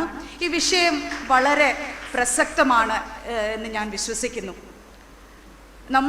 നമ്മുടെ ഇക്കോണമിയിലേക്ക് നോക്കുമ്പോൾ കാണുന്ന പ്രകൃതി ദുരന്തങ്ങൾ കാണുമ്പോൾ സ്നേക്ക് ലാഡർ കളിക്കുന്നവർക്ക് തോന്നും നമ്മൾ ജയിച്ച് 99 എത്തുമ്പോൾ നമ്മളെ പാമ്പ് വിഴുങ്ങി നമ്മൾ 2 വന്നിരിക്കും, ബാക്ക് ടു സ്ക്വയർ 1. ഇതേ അവസ്ഥയാണ് വികസനം നേടി എന്ന് പറഞ്ഞുകൊണ്ട് മുന്നോട്ട് പോകുന്ന പല രാഷ്ട്രങ്ങൾക്കും, പ്രത്യേകിച്ച് ഇന്ത്യയെ പോലെയുള്ള രാഷ്ട്രങ്ങൾക്ക് നേരിടേണ്ടി വരുന്നത്. This should stop. നമ്മളിത് അഡ്രസ്സ് ചെയ്യണം, പ്രത്യേകിച്ചും യങ്ങർ ജനറേഷൻ. 40 വയസ്സായിരിക്കുന്ന എനിക്ക് ഇപ്പോഴും ഒരു 60ൻ്റെ മൈൻഡ് സെറ്റാണ്. ഏകദേശം റിട്ടയർ ചെയ്യാനോ VRS എടുക്കാനോ ഉള്ള ഒരു മനസ്ഥിതിയോടുകൂടിയാണ് ഞാൻ ജീവിക്കുന്നത്. പക്ഷെ നിങ്ങൾ അങ്ങനെയല്ല. 2050 ആകുമ്പോൾ കോട്ടയവും എറണാകുളവും ആലപ്പുഴയും വെള്ളത്തിനടിയിലായിരിക്കുമെന്ന് പറയുമ്പോൾ നിങ്ങളുടെ നല്ല കാലമാണ് ആ വെള്ളത്തിനടിയിലായി പോകുന്നത്. നിങ്ങൾ അതിന് തയ്യാറാണോ എന്ന് ചിന്തിക്കുക. Everything depends on everything else. നമ്മൾ ചെയ്യുന്ന ചെറിയ പ്രവൃത്തികൾ പോലും എന്തിനേയും സ്വാധീനിക്കുന്നുണ്ട്. നമ്മൾ ക്ലാസ് മുറികളിൽ ഓഫ് ചെയ്യാതെ പോകുന്ന നമ്മുടെ ട്യൂബുകൾ, ഫാനുകൾ, വെള്ളമില്ല എന്ന് കാണുമ്പോൾ നമ്മൾ കോളേജുകളിൽ ഒടിച്ചു കളയുന്ന നമ്മുടെ ടാപ്പുകൾ, പിന്നെ വെള്ളം വരുമ്പോൾ നിരമ്പിയാർത്ത് പോകുന്നത്, ഇതെല്ലാം we are contributing to climate disasters. പക്ഷേ ക്ലൈമറ്റ് ഡിസാസ്റ്ററിനെ കുറിച്ച് നമ്മൾ മറന്നു പോകരുതാത്ത ഒരു കാര്യമുണ്ട്. ക്ലൈമറ്റ് ഡിസാസ്റ്റേഴ്സ് അല്ലെങ്കിൽ ഈ ക്ലൈമറ്റ് ചേഞ്ച് എല്ലാവരെയും ഒരുപോലെ അല്ല ബാധിക്കുന്നത്. There should be a gendered lens to the climate crisis. Weak, the women, the minorities, the indigenous people, ഈ തദ്ദേശീയരെ, സ്ത്രീകളെ, ഇവരെ ഒന്നും ഒരുപോലെയല്ല. ധനികർക്കുണ്ടാകുന്ന അവരുടെ മുമ്പിൽ ലഭ്യമാകുന്ന സാധ്യതകളൊന്നും തന്നെ ഇല്ലാത്ത ദരിദ്രരാണ് ഇത് ആദ്യം വിഴുങ്ങുക. അതുകൊണ്ട് തീർച്ചയായിട്ടും we should act now. There is no plan B എന്ന് ഒരു കവറിൻ്റെ പുറത്ത് ഞാൻ കണ്ടിട്ടുണ്ട്. പ്ലാനറ്റ് ബി എന്നാണ് അതിന് ഉദ്ദേശിക്കുന്നത്. ET, പ്ലാനറ്റ് എന്നുള്ള ET അവർ ബ്രാക്കറ്റ്സിൽ നിർത്തിയിരിക്കുകയാണ്. There is no plan B. നമ്മൾ പറയാറുണ്ട് നമുക്ക് പ്ലാൻ A മുതൽ Z വരെ ഉണ്ടെന്ന് പുതിയ തലമുറ പറയാറുണ്ട്. പക്ഷേ നമുക്കൊരു പ്ലാനറ്റ് A ഉള്ളൂ, പ്ലാനറ്റ് ബി ഇതുവരെ ആയിട്ടില്ല. ഫങ്ഷണലായ ഒരു പ്ലാനറ്റ് ബി ഇതുവരെ ആയിട്ടില്ല. അതുകൊണ്ട് നമ്മൾ നമ്മുടെ ദൈനംദിന ജീവിതത്തിലെ ചില തിരുത്തലുകൾ കൊണ്ട് ഒരാൾക്ക് എന്ത് ചെയ്യാനാകും എന്ന് ചിന്തിക്കുന്നവർ കാണേണ്ട ഒരു സിനിമയാണ് ഷിൻഡ്ലേഴ്സ് ലിസ്റ്റ്. നാസി തടവുകാരെ ഓരോരുത്തരെ ആയിട്ട് രക്ഷപ്പെടുത്തിയെടുത്ത, തനിക്ക് ഇനിയും രക്ഷിക്കാമായിരുന്നു എന്ന് വിതുമ്പിയ ഒരു പ്രോ നാസി ആയിട്ടുള്ള ഒരാളുടെ കഥയാണ് ഓസ്കാർ അവാർഡുകൾ നേടിയ ഷിൻഡ്ലേഴ്സ് ലിസ്റ്റ്. അപ്പോൾ ഒരാൾക്ക് എന്ത് ചെയ്യാൻ പറ്റുമെന്ന് ഞാൻ ചിന്തിക്കുമ്പോൾ ഞാൻ എപ്പോഴും ഓർക്കുന്ന ദൃശ്യമാണ് ഷിൻഡ്ലറിന് എന്ത് ചെയ്യാൻ പറ്റി, എത്ര പേരെ നാസി തടവറയുടെ ക്രൂരതകളിൽ നിന്ന് രക്ഷപ്പെടുത്താൻ അദ്ദേഹത്തിന് സാധിച്ചു എന്നുള്ളത്. അതുകൊണ്ട് നമുക്ക് ഡെഫിനറ്റ്ലി നമുക്ക് ചെയ്യാൻ പറ്റും. ഞാൻ ഈ പറഞ്ഞ ക്ലാസ് മുറികളിലെ കോളേജുകളിലെ അന്തരീക്ഷത്തിൽ നമ്മൾ വൈബ് തിരഞ്ഞു പോകുമ്പോൾ നമ്മൾ പ്രകൃതിയെയോ നമ്മുടെ കോളേജിനെയോ നമ്മുടെ കമ്മ്യൂണിറ്റിയോ മുറിപ്പെടുത്തുന്നില്ല എന്ന് ഉറപ്പാക്കുക. അത് നിങ്ങളും ഞാനും ഒക്കെ ചെയ്യേണ്ട ചുമതലയാണ്. ഇനി കുട്ടികളോടൊരു വാക്ക്. 4-5 കോളേജിലെ കുട്ടികൾ ഷോർട്ട് ഫിലിം, 2 മിനിറ്റ് ദൈർഘ്യമുള്ള ഷോർട്ട് ഫിലിം തയ്യാറാക്കി. നിങ്ങളുടെ ശ്രദ്ധ അതിന് നിങ്ങൾ കൊടുത്തു. നിങ്ങൾ ചില മെറ്റീരിയൽസ് കളക്ട് ചെയ്തു. നിങ്ങൾ ആ എഡിറ്റിംഗ് ഫോർമാറ്റിലൂടെ പോയി. അതൊരു ശ്രമമാണ്. ഈ വേരിയബിൾസിലൂടെ നമ്മൾ കടന്നു പോകുമ്പോൾ നമ്മൾ ഇന്റേണലൈസ് ചെയ്യുന്ന ചില അറിവുകളുണ്ട്.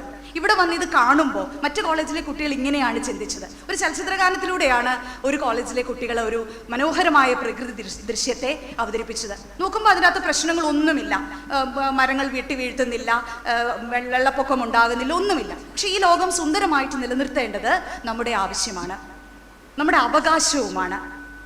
അതുകൊണ്ട് തീർച്ചയായിട്ടും നമ്മളൊരു റീസെറ്റ് ബട്ടൺ നമ്മുടെ ലൈഫിന്, നമ്മുടെ ലൈഫ് സ്റ്റൈലിന് ചെയ്യേണ്ടതുണ്ട്. ഇത്രയും പറഞ്ഞുകൊണ്ട് നിർത്തുന്നു. Thank you.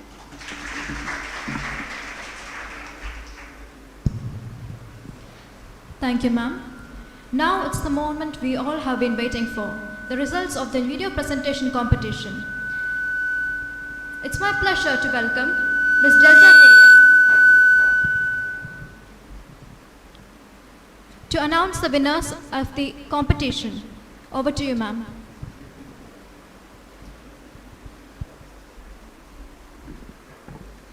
A very warm good afternoon to one and all present here. First of all, I would like to take this opportunity to congratulate the Department of Economics, Baselius College, Kottayam, for organizing this international conclave on the very relevant, you can say an evergreen topic, the climate change. And also the choice of the resource person. He is someone who works on public policy, and that was a very apt choice of a resource person to talk on this issue. So congratulations to the department, especially to Shaji sir and all the faculty members of the department.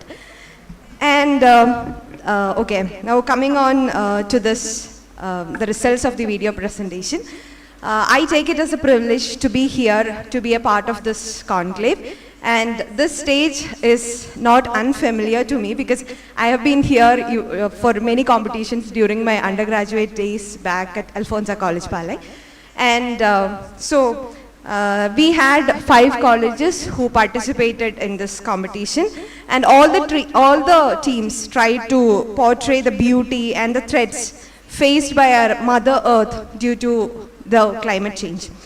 So based on the videos, we have the winners. We have only one winner, and we have consolation prizes for all the participants. And the judgment was made on the basis of 3 criterions. I have looked into the content, the relevance, and the quality of the video and the presentation. Okay. So to give away the prizes, I invite our chief guest of the day, Professor Dr. Sebastian S. James. And the winner of today's video presentation competition is KG College, Pambadi. I invite the students to come forward and please collect your prizes. Representatives from KG College, Pambadi, please come over to the stage.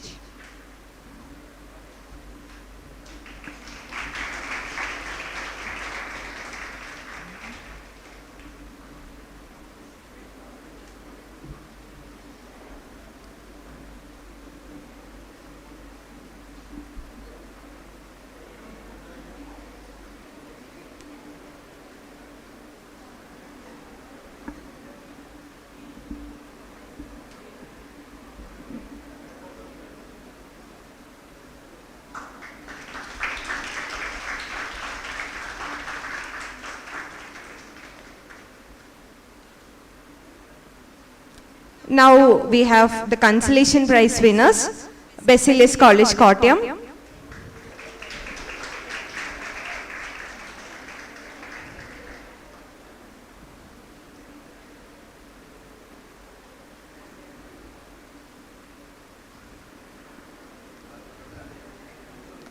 Alfonso College, Palai.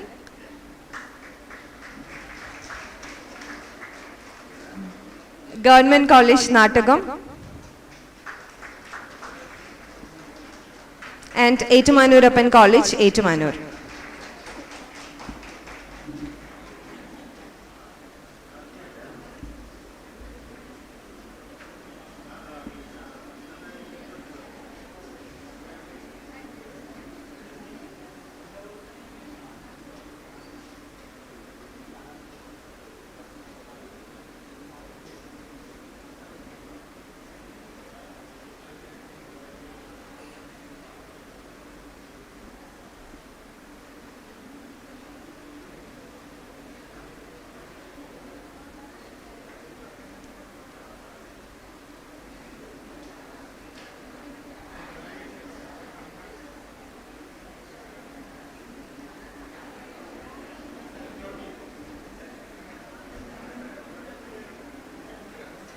Congratulations to the winners and all the participants. Thank you, sir. Thank you, all the dignitaries. Thank you once again.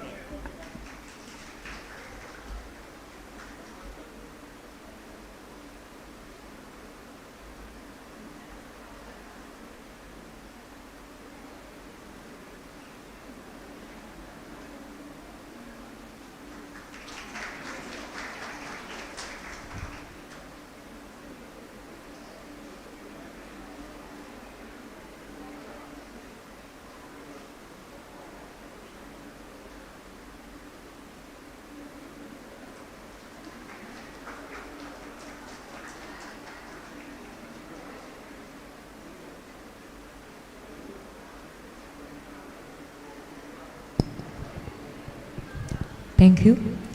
We are deeply honored to have heard Professor Dr. Sebastian S. James with us today at this international conclave on policy initiatives and climate change.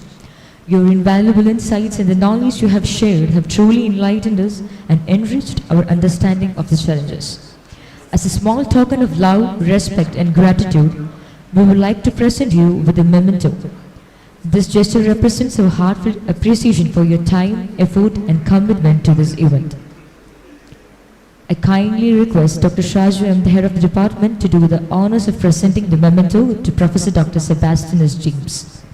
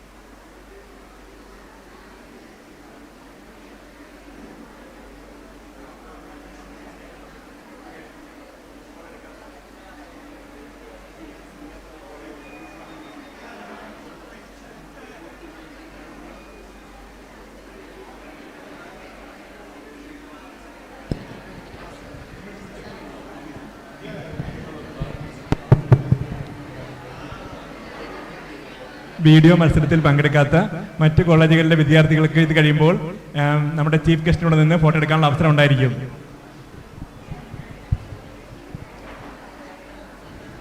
Once again, thank you so much, sir, for gracing this conclave with your presence and wisdom.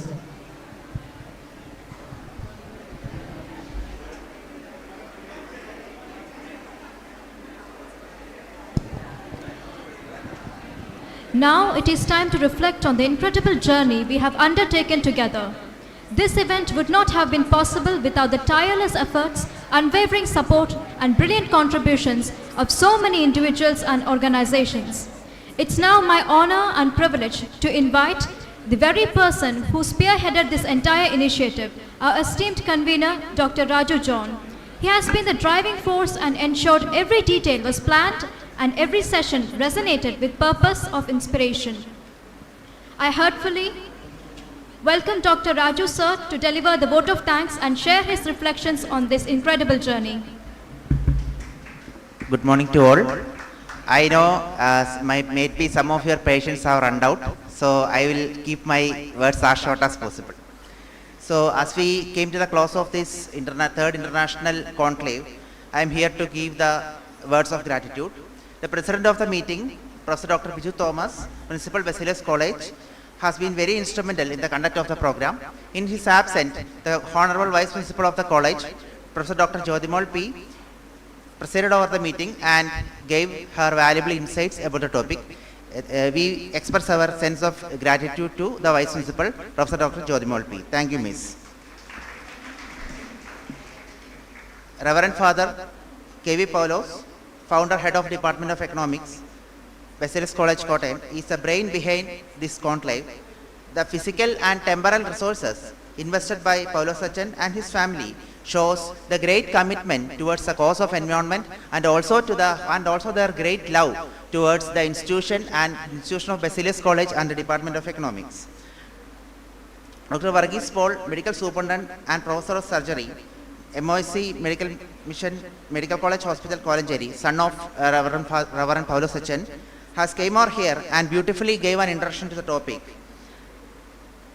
We would like to thank PAULOSE, Dr. Varghese Paul, and all the family members of PAULOSE for their great commitment towards the issue of environment and also for their great love and dedication to Baselius College and Department of Economics. Thank you from the bottom of the heart.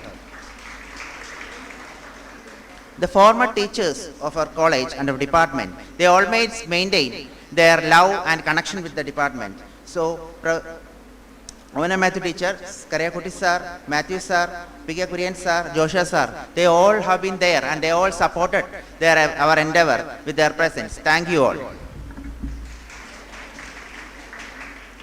Sri Thiruvanjur Radhakrishnan, former Environment Minister of Kerala and Honorable MLA Kottayam, is a proud and illustrious alumni of the department. Despite his very busy schedule, he found time to come over here and inaugurated our program. We wish to thank him in his absence. Thank you, sir. Chief Resource Person of the Day, Dr. Sebastian James, Professor of Practice, Sanford School of Public Policy, Duke University, USA, elucidated the very complex issue of policy initiatives on climate change in a very simple manner, and that too with great effort in the mother tongue Malayalam. So I, on behalf of the management, staff of Baselius College and Department of Economics, extend him the gratitude from the bottom of our heart. Thank you, sir. And we also hope that we will be able to continue a fruitful academic association with you in future. Dr. V. Matthew Kurian sir, Joint Director, KNDAT School of Economics, former Principal, MD College Pioneer, and former Head of Department of Economics, Baselius College, Kottayam, is a person who do not need any introduction here.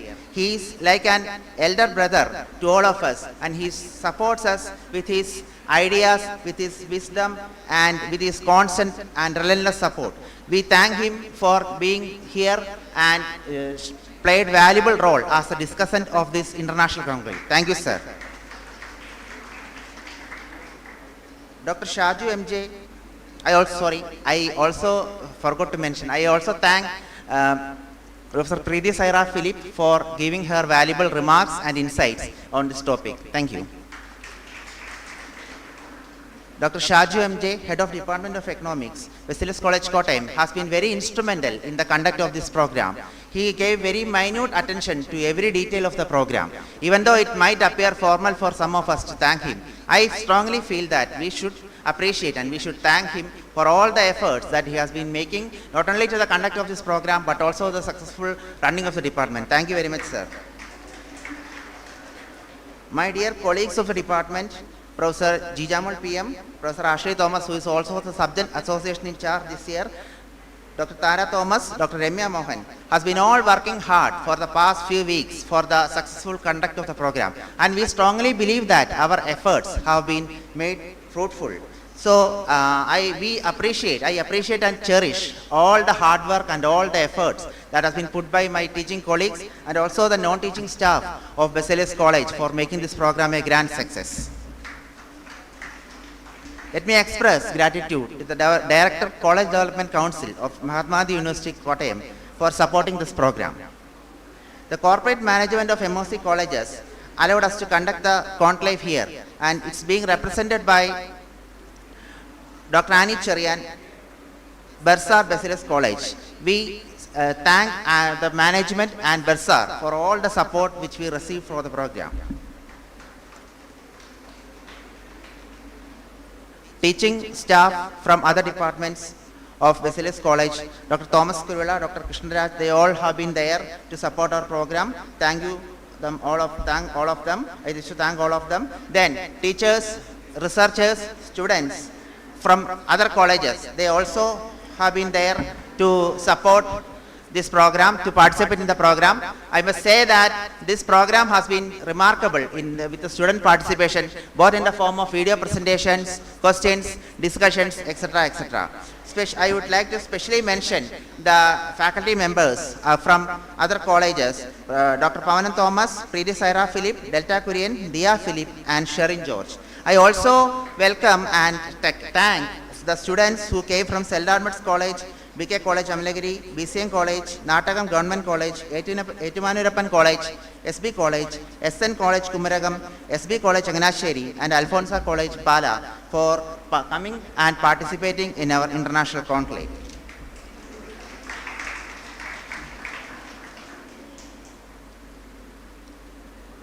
Then, the organizing team, the students of Baselius College, who has been very instrumental and dedicated towards the conduct of this program. The organizing team, the office bearers of Economic Association, the technical team, media team, they have all put a lot of their efforts to make this program a grand success. So I thank all of them at this moment. Thank you.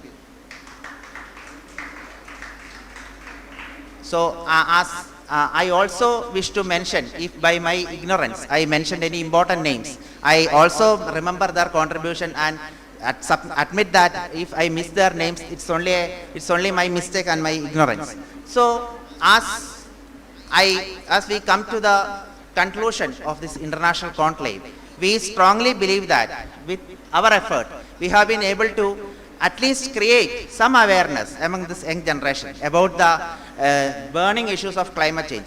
We know that we are not going to solve all the problems related to climate change in one fine morning, because many negative factors like the rise of Trump 2.0, all these things are actually not very much good news if we think about the need to address climate change. Still, we strongly believe that with this effort, we have been able to create at least some amount of awareness to the young generation who are set to be the torch bearers for the future fight against global climate change. So thank you all once again. Thank you very much. Thank you. As we conclude this international conclave, we stand united in our shared commitment to addressing the pressing challenges of climate change through bold policy initiatives. Let this gathering not be an endpoint, but a launchpad for decisive action. Together, through innovation, partnership, and determination, we can turn these discussions into impactful solutions for our planet and generations to come. Thank you for each of your participation, passion, and dedication. Let's move forward with purpose and hope. Thank you.